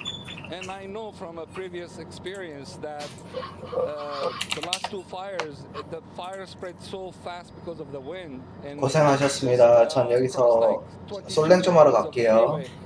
So we have to get ready and pack our stuff and get ready to leave with my family. So you had neighbors, these neighbors here who now lost their home, reaching out to you to let you know there's a fire coming. You wake up, you see the flames, and you grabbed everything you could. Yes, and you know, we are here. The neighbors are great. We always watch out for each other. When we see something, we notice everyone, each other. So they were great. You know, we have a beautiful neighborhood. We always, if we see something wrong, we notify each other. So they right away they text me, tell me to let's pack our stuff. So we got my family ready and took the most important stuff, papers and some clothes. We don't know what's gonna happen. You guys are incredibly lucky because it's all based on how the wind shifts. This could have been your home based on the embers that were coming this way. You know, unbelievable. These fire department, fire guys, they did an amazing job. I mean, without them, the whole street will burn. But they did an amazing job. The way they put that fire down, it's just amazing. Hey, thank you very much. I know you guys want to spend some time together. Happy to be alive. Happy that your house is just fine. I wanted to point out, too, as we've been up here, there have been people who have come. There's a fire engine right here. They've been coming up to this fire engine, bringing food and snacks to the firefighters who are still here on scene. In fact, Ayad has been making Turkish coffee for the firefighters here to keep them awake because they have so much to do here, making sure that no more embers fly off of this area and burn something else. Guys, we'll send it back to you. Turkish coffee. Yeah, that'll good to keep them awake. That'll help, huh? There we go. All right, NBC Sports Angel Couch is live there in Porto Ranch, where homes obviously have been destroyed. We've been reporting on this all afternoon long. Angie. That's right, we're on Darby Avenue, where last night in the middle of the night, hot spots, flames were just hopscotching around Darby Avenue, going from yard to yard. Some of the backyards were scorched. Take a look across the street, though. You can see that's the home of Manuel Solis. The homes across the street are just fine, but if you just come across the street here, you can see this is the home of Jerry and Maria DeMershi, and it was completely destroyed. The fire department just returned to put out a couple of hot spots. And let me bring in Manuel Solis. He was kind enough to come over. Mr. DeMershi allowed us to come on his property to show you the damage. And let me just ask you, Manuel, you described a harrowing night here on Darby Avenue. Your wife and 3 kids evacuated, and you stayed behind. Describe what was going on here. Well, we got the alarm about 12 at midnight. So then, you know, at that moment, I decided to step outside just to take a look at what was going on. And from far away, I mean, those mountains right there behind us, you could see the fire right there on top of it. At that moment, I came back to the house and started going like, you know what, we need to evacuate because the alarm was there and it was requested for everybody to just back and leave. So then there was a car going, back and forth in the street, honking, just warning people. Then when I started loading our car, I noticed that few families, they were already in their cars, just leaving the area. So at that moment, you know, like going back and forth into from the car into the house in a period of time of about 15 to 20 minutes. The flame, it came all the way to the backyard of those houses right there at the end of the street. So at that moment, I asked my family just to take off. And they went off. We were so frightened for our property and the neighborhood properties because this one started getting on fire. And the fire department, I mean, they haven't even noticed that this one was going on. Thanks to our good neighbor Mark, just next door, he went and notified them. They were just up there in the corner. Eventually, they started working on this property. 픽하고 담배는 피우고 Because 있습니다. of the strong wind, you see sparkles flying, all over the place, hitting on the ground, and we were afraid that the whole neighborhood was going to get overrun. And then for the fire department, that they managed to put this one right on time before it spread everywhere else. At this point, we didn't know what to expect. We were watching the news very closely, but we still were, worried about our neighbors. and the people that decided to stay, and you know, it was a crazy ordeal. Thank God this morning when I came out just to pick up some items that I needed for work, I noticed that the fire was down, but unfortunately it's a big loss, not just for our friends, but for the community. Absolutely. Mr. Demershi was telling us as well that his family has lived in this 아, house for 살아야겠다. 30 years. They just made their final payment on this house. Literally just dollar이 weeks ago, 첫 they made 해인가 their final payment. So now their home is destroyed. 알겠습니다. Once again, that's the very latest from Darby Avenue in Porter Ranch. Oh, Angie, that is just 못 살 것 같아. absolutely. 아, 이거 좀 빡센데 이거 살기가 You know, 너무 빡센데.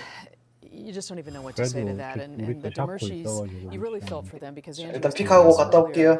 that firefighters were on the scene. They let under the shot. They put out the flames in the backyard. Everything seemed to be good. He noticed that the flames had reignited, and he tried to track down firefighters, and they said, "We're so sorry, but we're fighting this battle now. We'll send another crew your way." 10 minutes later, they arrived, but it was too late to save his home. And on Kim Tobin's earlier broadcast, we have just the opposite family that moved into a home just a year ago.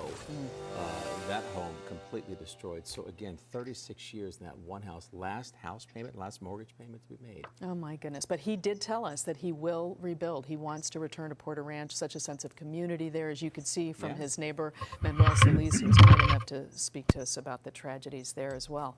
Well, we want to bring in Belinda Leon now with more on the traffic situation, and specifically the 5 freeway, where we're seeing finally some movement there, Belen. Finally, Carolyn, and this development just within the past half hour, 45 minutes, is now traffic is moving on the southbound 5. So here is a look at it. It was closed at Calgrove, but now that closure has been lifted. This is a closure that was set before we went on air this morning at 3 a.m. So even though the traffic is moving slowly through that area, it's moving. The northbound direction, though, is still closed. Let me show you a couple of other closures that are in place. And keep in mind that we also have these on NBCLA.com. You can go to our Twitter page. We have these posted there as well. The southbound 14 at Newhall Avenue is also closed, but the northbound 14 is open. I'll show you what's happening on the 118 because that is open in both directions. But the connectors rather to the westbound 210 and the northbound 405 are still closed. So keep that in mind. It is a Friday afternoon,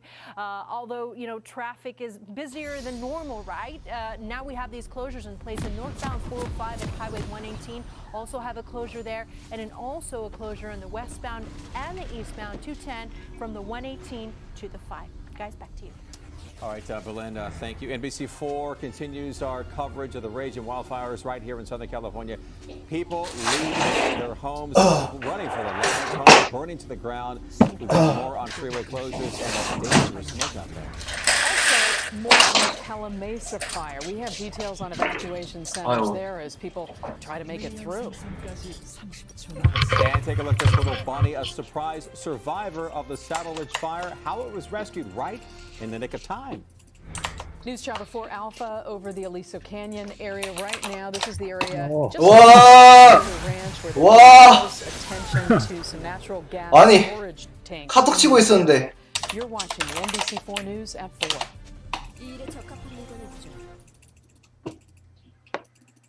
미니언들이 생성되었습니다.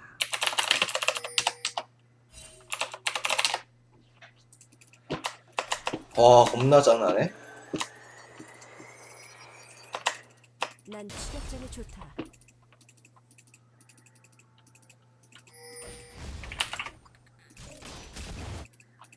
이거 네.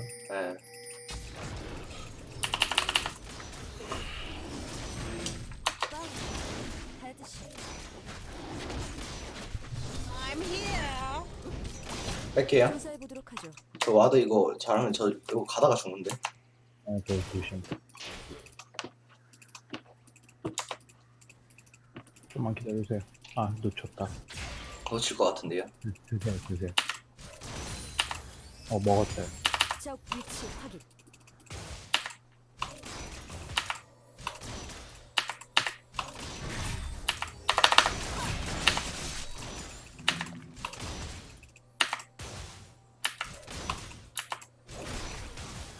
이제 결판 내볼까요?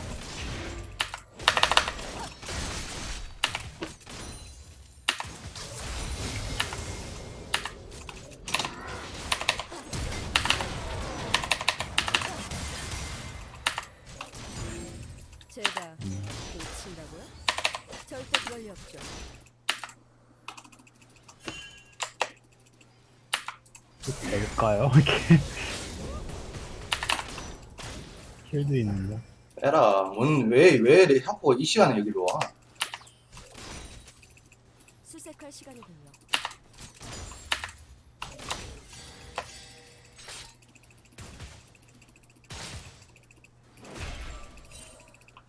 블루 패스 먹었고 보통 이쪽이니까.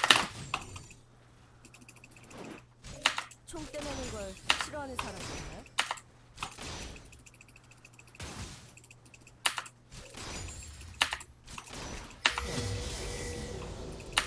Our coverage of the Saddle Ridge fire continues right here on the news at 4. And NBC4's Kim Baldonado is live at the evacuation center in Stillmore, where there's been just an outpouring of community support. 저 봐주세요. 저 봐주세요. I can tell you we've been out here all day, and although flames aren't nearby, you can definitely feel the effects of the bad air quality in your lungs. Kind of reminds me when I was a kid growing up in LA and the smog was really bad and you'd breathe in deeply and you could feel it. That's what it feels like, and that's why most of the evacuees are staying inside the shelter at this time, which is smart. Now, despite the anxiety and the uncertainty they're experiencing here today, we've seen some pretty heartwarming moments. Take a look at video of residents who've been bringing food and water to the evacuees here in Sylmar all day. We've seen entire families showing up, as well as individuals simply wanting to help those in need any way they can, including Maria Rosser. I brought juices for the kids, waters, and chips, just because I can't be home sitting watching the news. When I know my fellow people here in the valley need that stuff. I am an emergency dispatcher and it's my day off. So I'm like, just because I'm home, I'm sorry, I'm gonna get emotional. Doesn't mean I can't make a difference. So I'm just thinking about people right now. It's beautiful to see that she wanted to do something. Now, a mobile book club run by the Literacy Club is driving from shelter to shelter today. They're allowing evacuated children to pick free books, crayons, and toys, which, as you can imagine, is much appreciated by parents who were forced to leave their homes late last night in a hurry. So grabbing toys and things to occupy their children, certainly not high on their priority list when a fire is headed their way. Now, although the desire to help is admirable, the American Red Cross has very strict policies about what they can give their clients. 이 한 번에 죽네? 걸리면 한 방에 죽네요? But the American Red Cross doesn't allow homemade food to be given to the people in their shelters. So, and they're also filled with water. Everyone's bringing water, which is great, but they have enough. So if you'd like to help, they suggest the best thing to do is to go on the website, the American Red Cross website, and there are suggestions there on how you. 차라리 그러면 그냥 전멸을 쓸 걸. Kim Baldonado, NBC. All right, Kim, thank you very much. And we have a very important update to share with you because we had been, well, we're going to go to the Sandalwood fire now. So we'll get to the other update in just a moment, I hope. But we can tell you that this fire is burning across Calamasa. Now, this fire has turned deadly as well. One woman died there. This fire broke out yesterday afternoon. And this one was sparked by a dump truck that dropped its burning way. Yeah, so far, the Sandalwood fire that has scorched more than 820 acres, about 10% contained at this point. Those flames ripping through more than 70 mobile homes.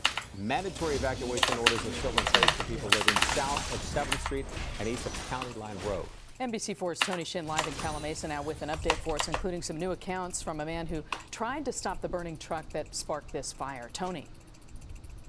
Yeah, Michael and Carolyn, we're also seeing some dramatic new video that we're going to show you in just a second. But first, I want to show you where this fire started. It's right over my right shoulder. You see that pile of debris with that crime scene tape around it? That's where investigators say the driver of a trash truck dumped his load because it had somehow caught fire. Now, let's go ahead and show you some of that video recorded by Sean Melvin's 8-year-old son, Hunter. Now, the two were heading to Mesa View Middle School to pick up Sean's daughter at school when they spotted the truck with flames and smoke coming from the top. Sean says he pulled over and told the driver not to stop on the side of 7th Street because of the wind and fire danger. But Sean says the driver just looked stunned. And you know, the first thing that I thought of was I need to tell this guy to keep on moving if he's not familiar with the area. There's a still, there's the mobile home park right there, and it's dry. And so I pulled up to him and I begged and I pleaded with him, you gotta move. If you stay here, you're gonna catch this whole field on fire. And you know, I even said if you even go down on the overpass of the 10 freeway, it's safer than where you are right now because this whole thing's gonna go up. And I said you already have flames. Truck. And it was scary. 아니 왜 안 와? 아 진짜 답답하네.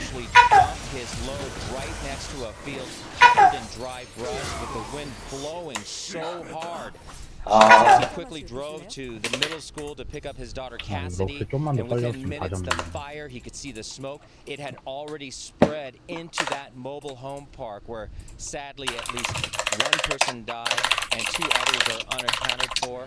Back here live, I can tell you that 개망했네. 아 괜히 올라갔어. 그냥 뺄 걸 그냥 아예. 그래 방금 1킬 먹었잖아. 네, 근데 아니 그 뭐지? 이미 녹턴 잡고 그 뒤에 그냥 뺐었어야 되는데 괜히 도와주러 올라갔다가 지금 완전 라인까지 망했어요. 레오나 6렙. 저도 6렙. 저는 한 5마리 정도. Just to be near her, to give them some peace of mind. We're going to have that coming up later on. 한 마리. Michael and Carolyn will set it up.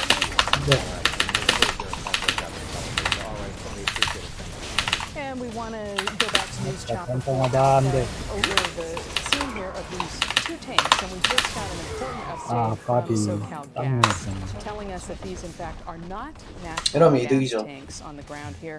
These contain water. So this is something we've been closely following as the flames. 아까 털렸던 거 완전 그래도 조금 안 했어요 여기서. 근데도 아직 300은 더 먹어야 돼. Natural gas tank situation, but we are learning that in fact these 2 저 tanks 미드 do 어땠을까? hold water. This is again the northern end of Aliso Canyon, and Eliana Moreno live overhead for us. 미드 죽었다. Yeah, those are the tanks there, but I'm going to go ahead and move over 아이고. a little bit over 전멸. towards the 5 freeway. I think he can actually just drop his load of 게임 fire 터졌네. retardant, making a precise drop to continue a line of fire retardant that they're actually trying to draw just on the northern side of Aliso Canyon. So this you could consider right on the border of Santa Clarita and Aliso Canyon, but you'll see that line of fire retardant. 내가 앞으로 못 가는 What they're trying 게 to do is they're trying to draw a line from where those tanks are located over to the 5 freeway, and they're gonna try to hold the fire right at the top of that ridge. There is a portion here of the hillside where it's kind of down. They don't expect to be able to clear that portion of the location. That will likely burn, but they're hoping to be able to hold the fire at that line of fire retardant. All right, it's Eliana Moreno there, news chopper for Alpha Porter Ranch, and we're talking to Anthony Llanos about the single digit humidity of this morning. 죽여. 9%, the highest 죽여. in California. Well, in Southern California. Southern California, yes. Specifically. And for the last days, we've got 2 things working against us. These strong Santa Ana winds and these bone dry conditions with the humidity. Now, we have one left, and of course, that's the single-digit humidity. 아 럭스 진짜 존나 늦게 오네. In fact, you can look at the Saddle Ridge fire. Notice the humidity from Newhall Pass, Silmar, all the way up to Porter Ranch. The range 4 to 9%. You're actually starting to see a little bit of a gust now in Newhall Pass. You've got 32-mile-per-hour gusts. That's the strongest we've really seen since 1 o'clock this afternoon. But what you're going to see is the winds really much lighter than they've been over the last couple of days. Now you can see at Newhall Pass we have those stronger wind gusts. That's just up to the north, but to the south it's a really calm wind. And the good news with tonight, here we are at 8 o'clock, is it's just a gentle offshore breeze. But that's dry flow, and that's going to keep the humidity in the single digits. The problem with tomorrow morning is we start to see an uptick in the winds again. Now nothing like we've seen over the last couple of days, but we're still getting 20-plus mile-per-hour gusts in the path of this fire. So there's another concern as we move towards early tomorrow morning. And 뺄게요, it's 그냥. not until late tomorrow night, 쟤 너무 I'm 세요, pausing 불씨야. this at 6 o'clock in the evening, that you're starting to see the wind shift now, and they become onshore. So as that happens, it's going to increase the humidity. So the humidity will start to go up as we move towards Sunday. But we've got all day tomorrow with the humidity 1 to 8% in this area. The winds aren't going to be 러시아는 템이 저보다 더 빨리 15 miles 타가지고. per hour with gusts to 25 as it's showing you. But again, this is all about the humidity in this spot, that if there is another additional fire or in this particular area, it's really tough to get a hold of this fire and then other fires. In fact, this is what Michael and I were just talking about. Let me move out of the way so you can see. 아 이거 나가겠는데? 가자마자 한번 싸워볼래요 바로? Right now in southern 레오나 레온 But Long Beach is Long Beach in Ontario, but all of us are in the single digits, and it stays that way throughout the day tomorrow. 나이스. Now, Tim was just mentioning how awful the air quality is. I've got a black background, so you're able to see the smoke coming in. Again, there's that offshore Santa Ana flow. I really want to temper this as far as a little bit of good news here. There's a change to the air quality alert. Santa Clarita is now out of this, and then you're also seeing the eastern part of the San Fernando Valley that's now out of this. So we still have some very poor air quality from Northridge, Calabasas, making it all the way out to Malibu and Santa Monica. But there's a couple areas that have gotten a little bit of the steering flow from these Santa Ana winds. But in this spot, you've really got to limit your time outside. And this is for everybody. While it's worse for the elderly, if you're older than 70 or if you're a young child, breathing 진짜 답답하다 샷보도로. smoke. And if sometimes you can't see it, you just smell it, and sometimes you can smell it but not see it. It is incredibly dangerous for your lungs. I've been showing this off and on throughout the day. The wildfire pollution, how it really harms your lungs. The smoke is considered PM 2.5. It's fine particulate matter. It's microscopic, so it just goes in. Asthma attacks and create breathing problems. It's an eye, a lung, a throat irritant. That's what Kim was talking about. When you just breathe in, it almost feels like it's burning your lungs. That's incredibly dangerous. Heart disease effects are worsened, and it can always lead to premature death if you're just spending too much time outside in this kind of pattern. Let me show you the 7-day forecast and what changes as we move throughout the next several days. Notice what you're seeing as we move toward this weekend.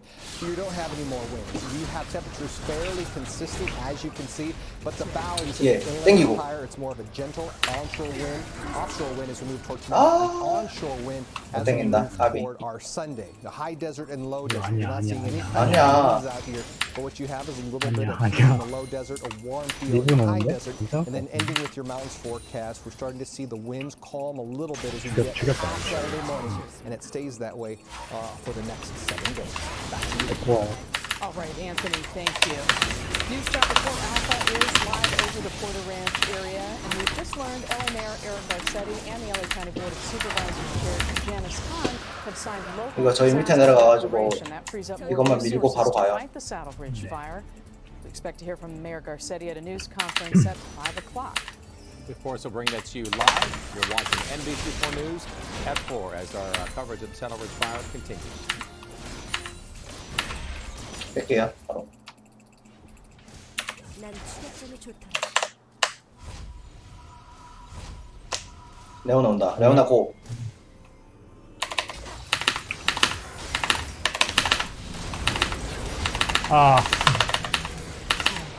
안돼. 안돼. 안돼. 되게 치고 있었네. 와, 녹슨 진짜 겁나 많이 오네 근데.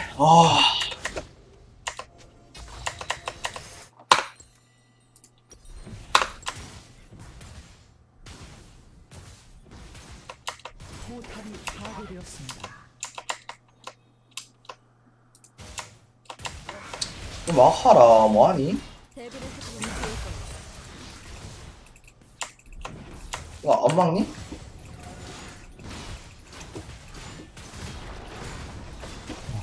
차까지 주자고?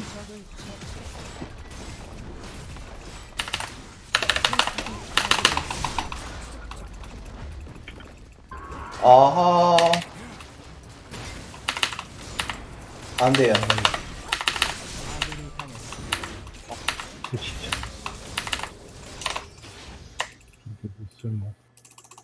모자 맛을 보실래요?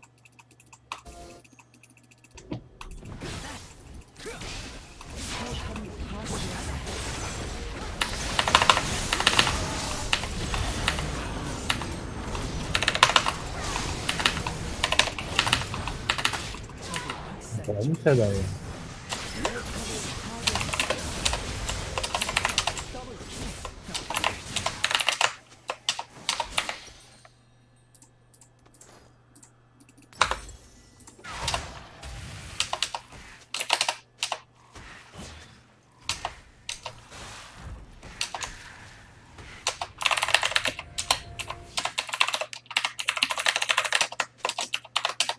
제압되었습니다. 우리 지금 잘하는데. 아군이 당했습니다. 이 일에 적극적인 구해주는 사람이 없었죠?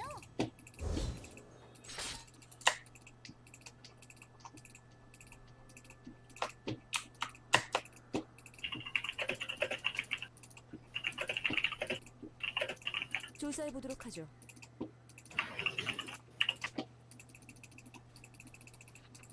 아 이거 나 혼자 이거 절대 못 밀겠는데. 편 때문에.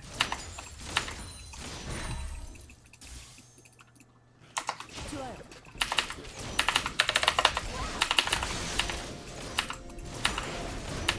여기 조금만 시야 좀.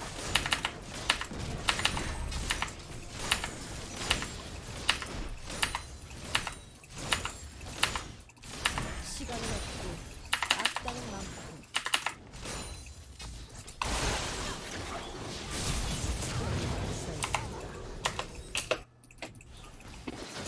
Orders. That includes all of Porter Ranch. Just a short time ago, the southbound 5 freeway between the 118 and Cowbell Boulevard did reopen. Slow traffic there, though. LA Mayor Eric Garcetti and the County Board of Supervisors signed local 저 실력이 방송을 한다고? regulations in response to this fire. And in half an hour, at 5 o'clock, we're expecting officials 이거 탑인데? Mayor Garcetti to give us another update on the fire. All right, we have investigative reporter Eric Leonard in Stillmore with breaking new information about the possible cause of this fire, and the 안 investigation 된다. is now underway. 안 된다. 믿음 가야 Here 돼. in the foothills of Silmar on Saddle Ridge Drive, this is where the first 911 calls came in when the fire started last night. Residents here, some of them tell us they smelled something before they saw the flames. None of them heard anything. But it's what some of those residents saw that now appears to be the focus of the fire investigation. There's a power tower. 록스 안 막니? See the glow coming from the ground toward the top of the power tower, electrical tower. And what did that say to you? 아, 못 가겠네. Doesn't look good. That resident, Gina, recorded some cell phone video. She says she could see the first flames at the base of the high-voltage power line tower. There were no flames anywhere else. She says that's how she knew that's where the fire started. After that, it exploded into the huge fire that's burned across the 5 freeway to the west all the way into Porter Ranch. LA City Fire arson investigators have been here. They're out on the burned hillside taking photos and looking for evidence. One law enforcement source tells us at NBC4 they are confident this is the point of origin, where the fire started. So far, no evidence of a homeless encampment anywhere nearby, and it is far too soon to say it actually was ignited.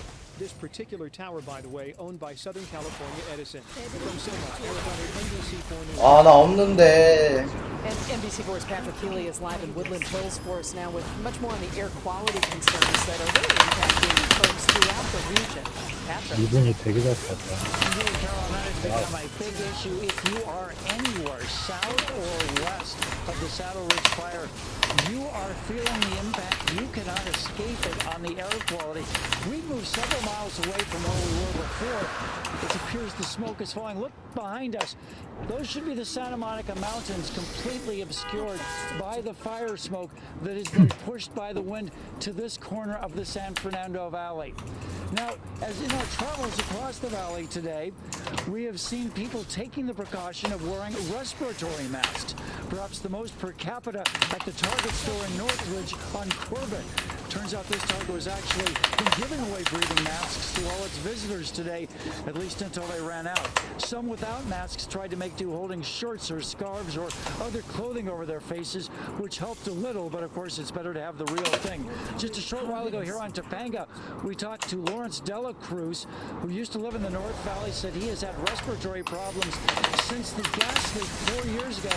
He feels like the smoke has followed him to the south end of the valley. The mask helps quite a bit. It keeps a lot of particulate matter out of my lungs. I just did it so I can talk. I keep it on almost all the time when I'm outside. And even the house is it's just it's really bad right now here in the West Valley, especially up against the mountains where I'm staying. It's really, really bad. We almost didn't come to the store today. We were going to turn around. 녹턴 저 위에서 보고 있을 거예요. And now I'm regretting not doing what he did. So, does that help at all? 아 이거 Before my chest was hurting from an asthma. 처형인도 가야겠다. Some of these particles can be very hazardous to the lungs. It's hard for us to assess exactly what it is, but they can definitely irritate and cause respiratory problems. 위에 탑쪽.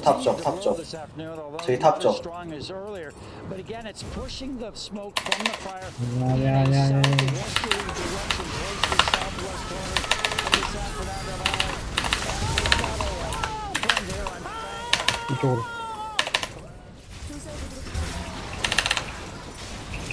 여기 예.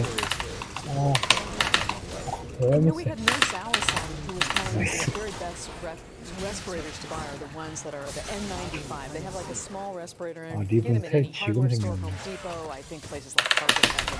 But the last resort is use a towel. Use anything you can. All right. Well, NBC 410 is live in Lake Butte for us this afternoon at the Hanson Dam Recreation Area, where we will get another update from officials. What here at the top of the hour, right? Hi, yes, we will, Michael and Carolyn. We should mention that the Hanson Dam Recreation Area is ideal for a command post because it's close enough to the fire to maintain and to keep an eye on it, but also a safe distance. In fact, the air quality here is much better than those areas that we turn past the LA Mayor Eric Garcetti will be leading the press conference in half an hour from here.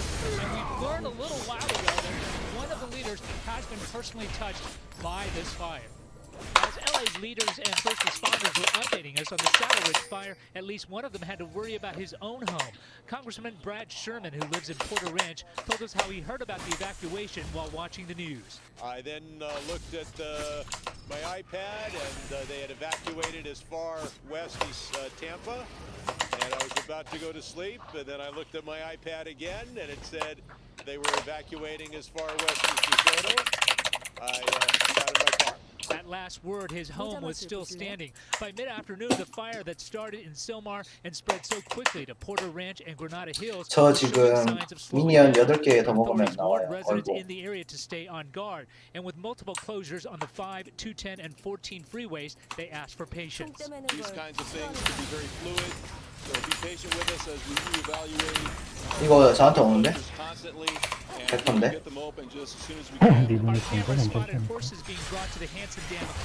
이거 저 한번 봐주실래요? 봐봐.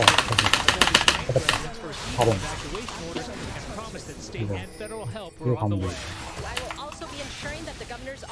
올라가는 중. 리본 텔 있으니까. 리본 텔 빠지지 않았어요? Schools, of course, have been impacted as well. LA school police told us earlier that initially about 40 schools were closed gradually because of the bad air quality. That, by mid-afternoon, had become all of the San Fernando Valley schools. From Lakeview Terrace, Ted Chen, NBC4 News. Carolyn, Michael, back to you. All right, Ted, thank you. With the massive devastation of the Saddle Ridge fire. 자꾸 아까 저 들어갔다 와주고 있어요. 14초 용. The ongoing firefight to stop these 이거 근데 제가 그것 쓰고 오지 않을까? 용 5초. 얘 살아요. And as the fire burns in the dangerous zones below, of course, that single-digit humidity. So 20,000 people are still without power in Southern California. We're going to take a look at the process of getting those lights back on. And News Chopper 4 Alpha continuing to monitor the Saddle Ridge fire. 녹턴다. We come back right here on the NBC4 News at 4.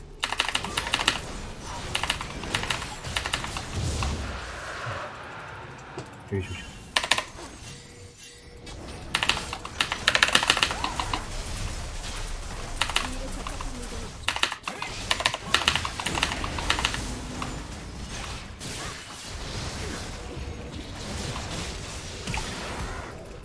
이게 안 맞아?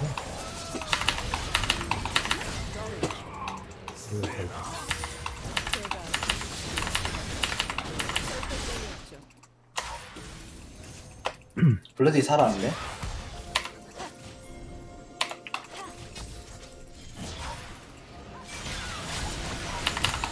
블라디 오면은 대박이.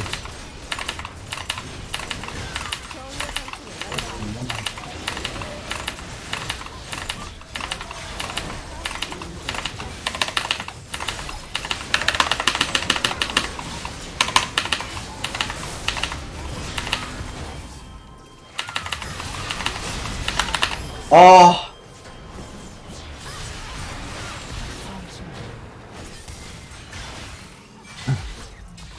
그래, 쟤는 막았네. 아. 응? 어제 먹은 건데 가져가지고 그때.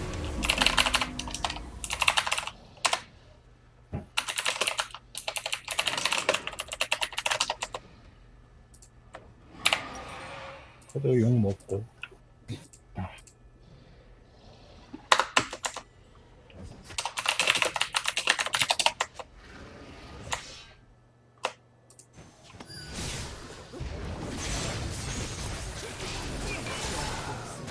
야, 잠깐만. 아니야. 어디에요? 여기 왜 여기 있어?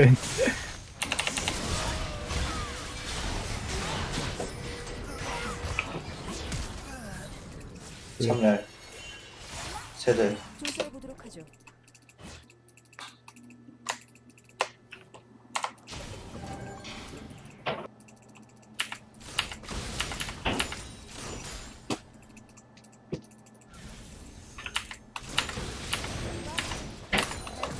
대비를 해두는 게 좋을 거예요.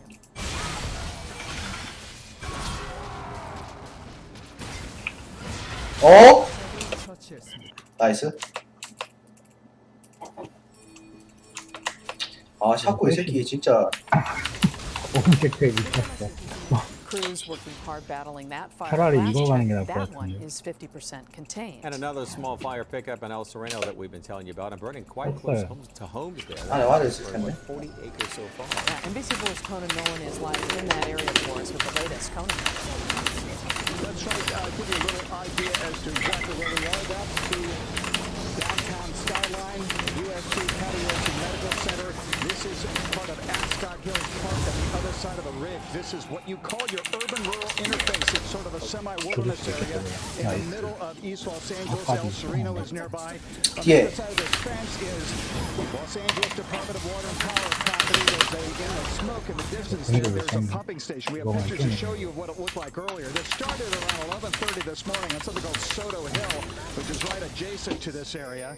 Now there are homes 저거 리본 가지. of a concern at the beginning. LA City Fire was on it very quickly with structure protection as they let this fire burn in some very rugged area. Now this was a wind-driven fire. It was a brush-driven fire. Manzanita, scrub brush, California chaparral. Most of the trees that we see, the oak and I'm trying to remember, this is a California pepper. That's right. They are very capable of not burning. They are very resilient. In any case, this fire right now is still burning in spots. There are no homes that are threatened. There's no wind. That's the good news. They have it contained, but now they're using aerial application and water dropping to help get rid of as much of this flame as possible. Because there is DWP facilities here that they're concerned about. Putting off in El Sereno, I'm Conan Nolan. Back to you. All right, so thank you. New Chapter 4 Alpha live over Porter Ranch. Again, those flames continuing to burn there.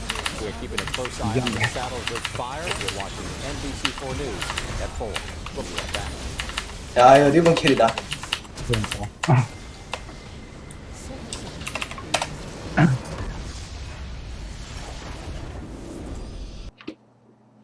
리본 캐리.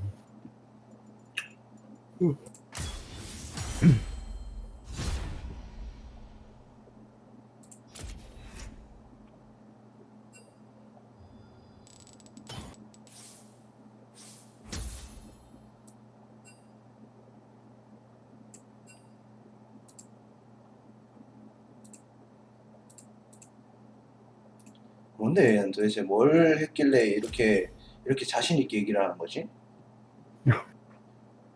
딜도 겁나 못해.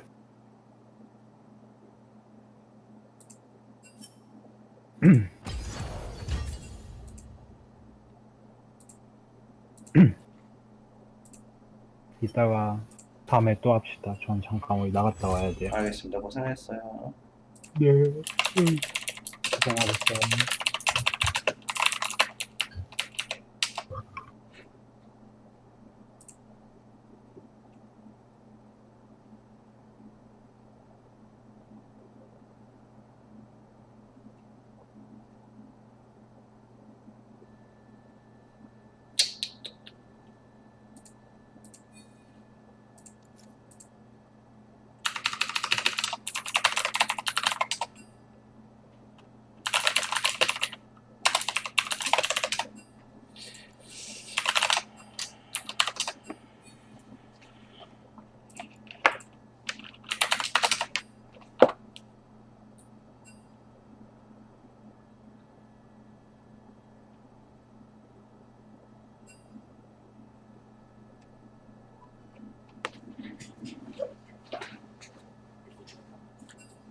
예, 형님. 아, 맞다. 아직 그 만화방이라고 하셨지?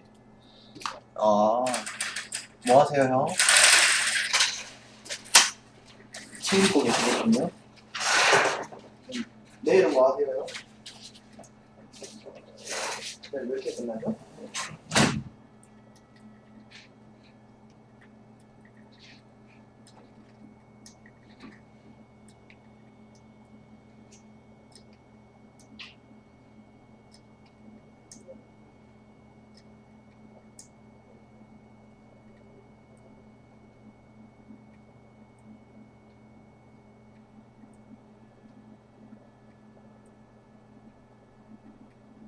Closures. This is progress, though, as we can see traffic moving once again on the 5. Yeah, that's right. The southbound freeway opened just about an hour ago, and Rick Martinez is live in Silmar with the traffic update. Some more good news there, Rick. Yeah, you guys, just a few minutes ago, the LA Fire Department tweeted out that 2 lanes of the northbound 5 will reopen, which is undoubtedly good news for all these people you see out here. I mean, there are rows of traffic. We're now in the Silmar area. In my last report, we were up in the Santa Clarita area, and the cars were backed up for the southbound 5. We're looking now at the northbound 5 on the other side of this closure, where there is movement that is happening soon. So Troy here is showing you a little bit of the backup that's going on here. These cars, just a few minutes ago when we got out here, this intersection was at a dead stop and there were no cars moving. But we've been talking with people out here, and if Troy will follow me down here, I want to try to talk to one woman who says she's been out here since she got off work at 7 this morning. She was trying to get up to Newhall. She was not able to, so we'll see and share that good news with her as well, because you could see there's people at the gas station. People were stopped in traffic going into the convenience store. That was the only place they can get food. But I want to come talk to this woman here. And ma'am, you were telling me that you have not been home. You were off work at 7 this morning, right? Yes, I left my working place at 7 o'clock in the morning. I'm still stuck here. Have not been able to rest or anything? I have not even eaten. I've not even showered. I've been on road for the past how many years? I work with this. Rosalind, right? Yes, Rosalind. The good news, we just heard from the fire department that they're opening 2 lanes of the northbound 5 freeway. Okay. They just said that, so safe to assume that you may be able to get home soon. Oh, thank you so much. I'll be glad to get home. What have you seen since you've been out here? I mean, you've been watching the hillsides. Oh, I mean, it's so scary. Yeah, so scary. A lot of smoke and... A lot of smoke, and people are stuck, and they're so scared. Have you talked to other drivers who've been stuck out here? Yeah. People are frustrated? They are frustrated. I mean, they are frustrated, including kids that have been stuck. Right, it's hard for the kids especially to be stuck in the car. Yes. Well, Rosalind, hopefully you can get home soon. That's the good news we're hearing from the fire department. 2 lanes of the northbound freeway and 2 lanes of the southbound 5 freeway are reopening. So we should see cars moving over the freeway. It's just over here. We should see that start happening very soon here.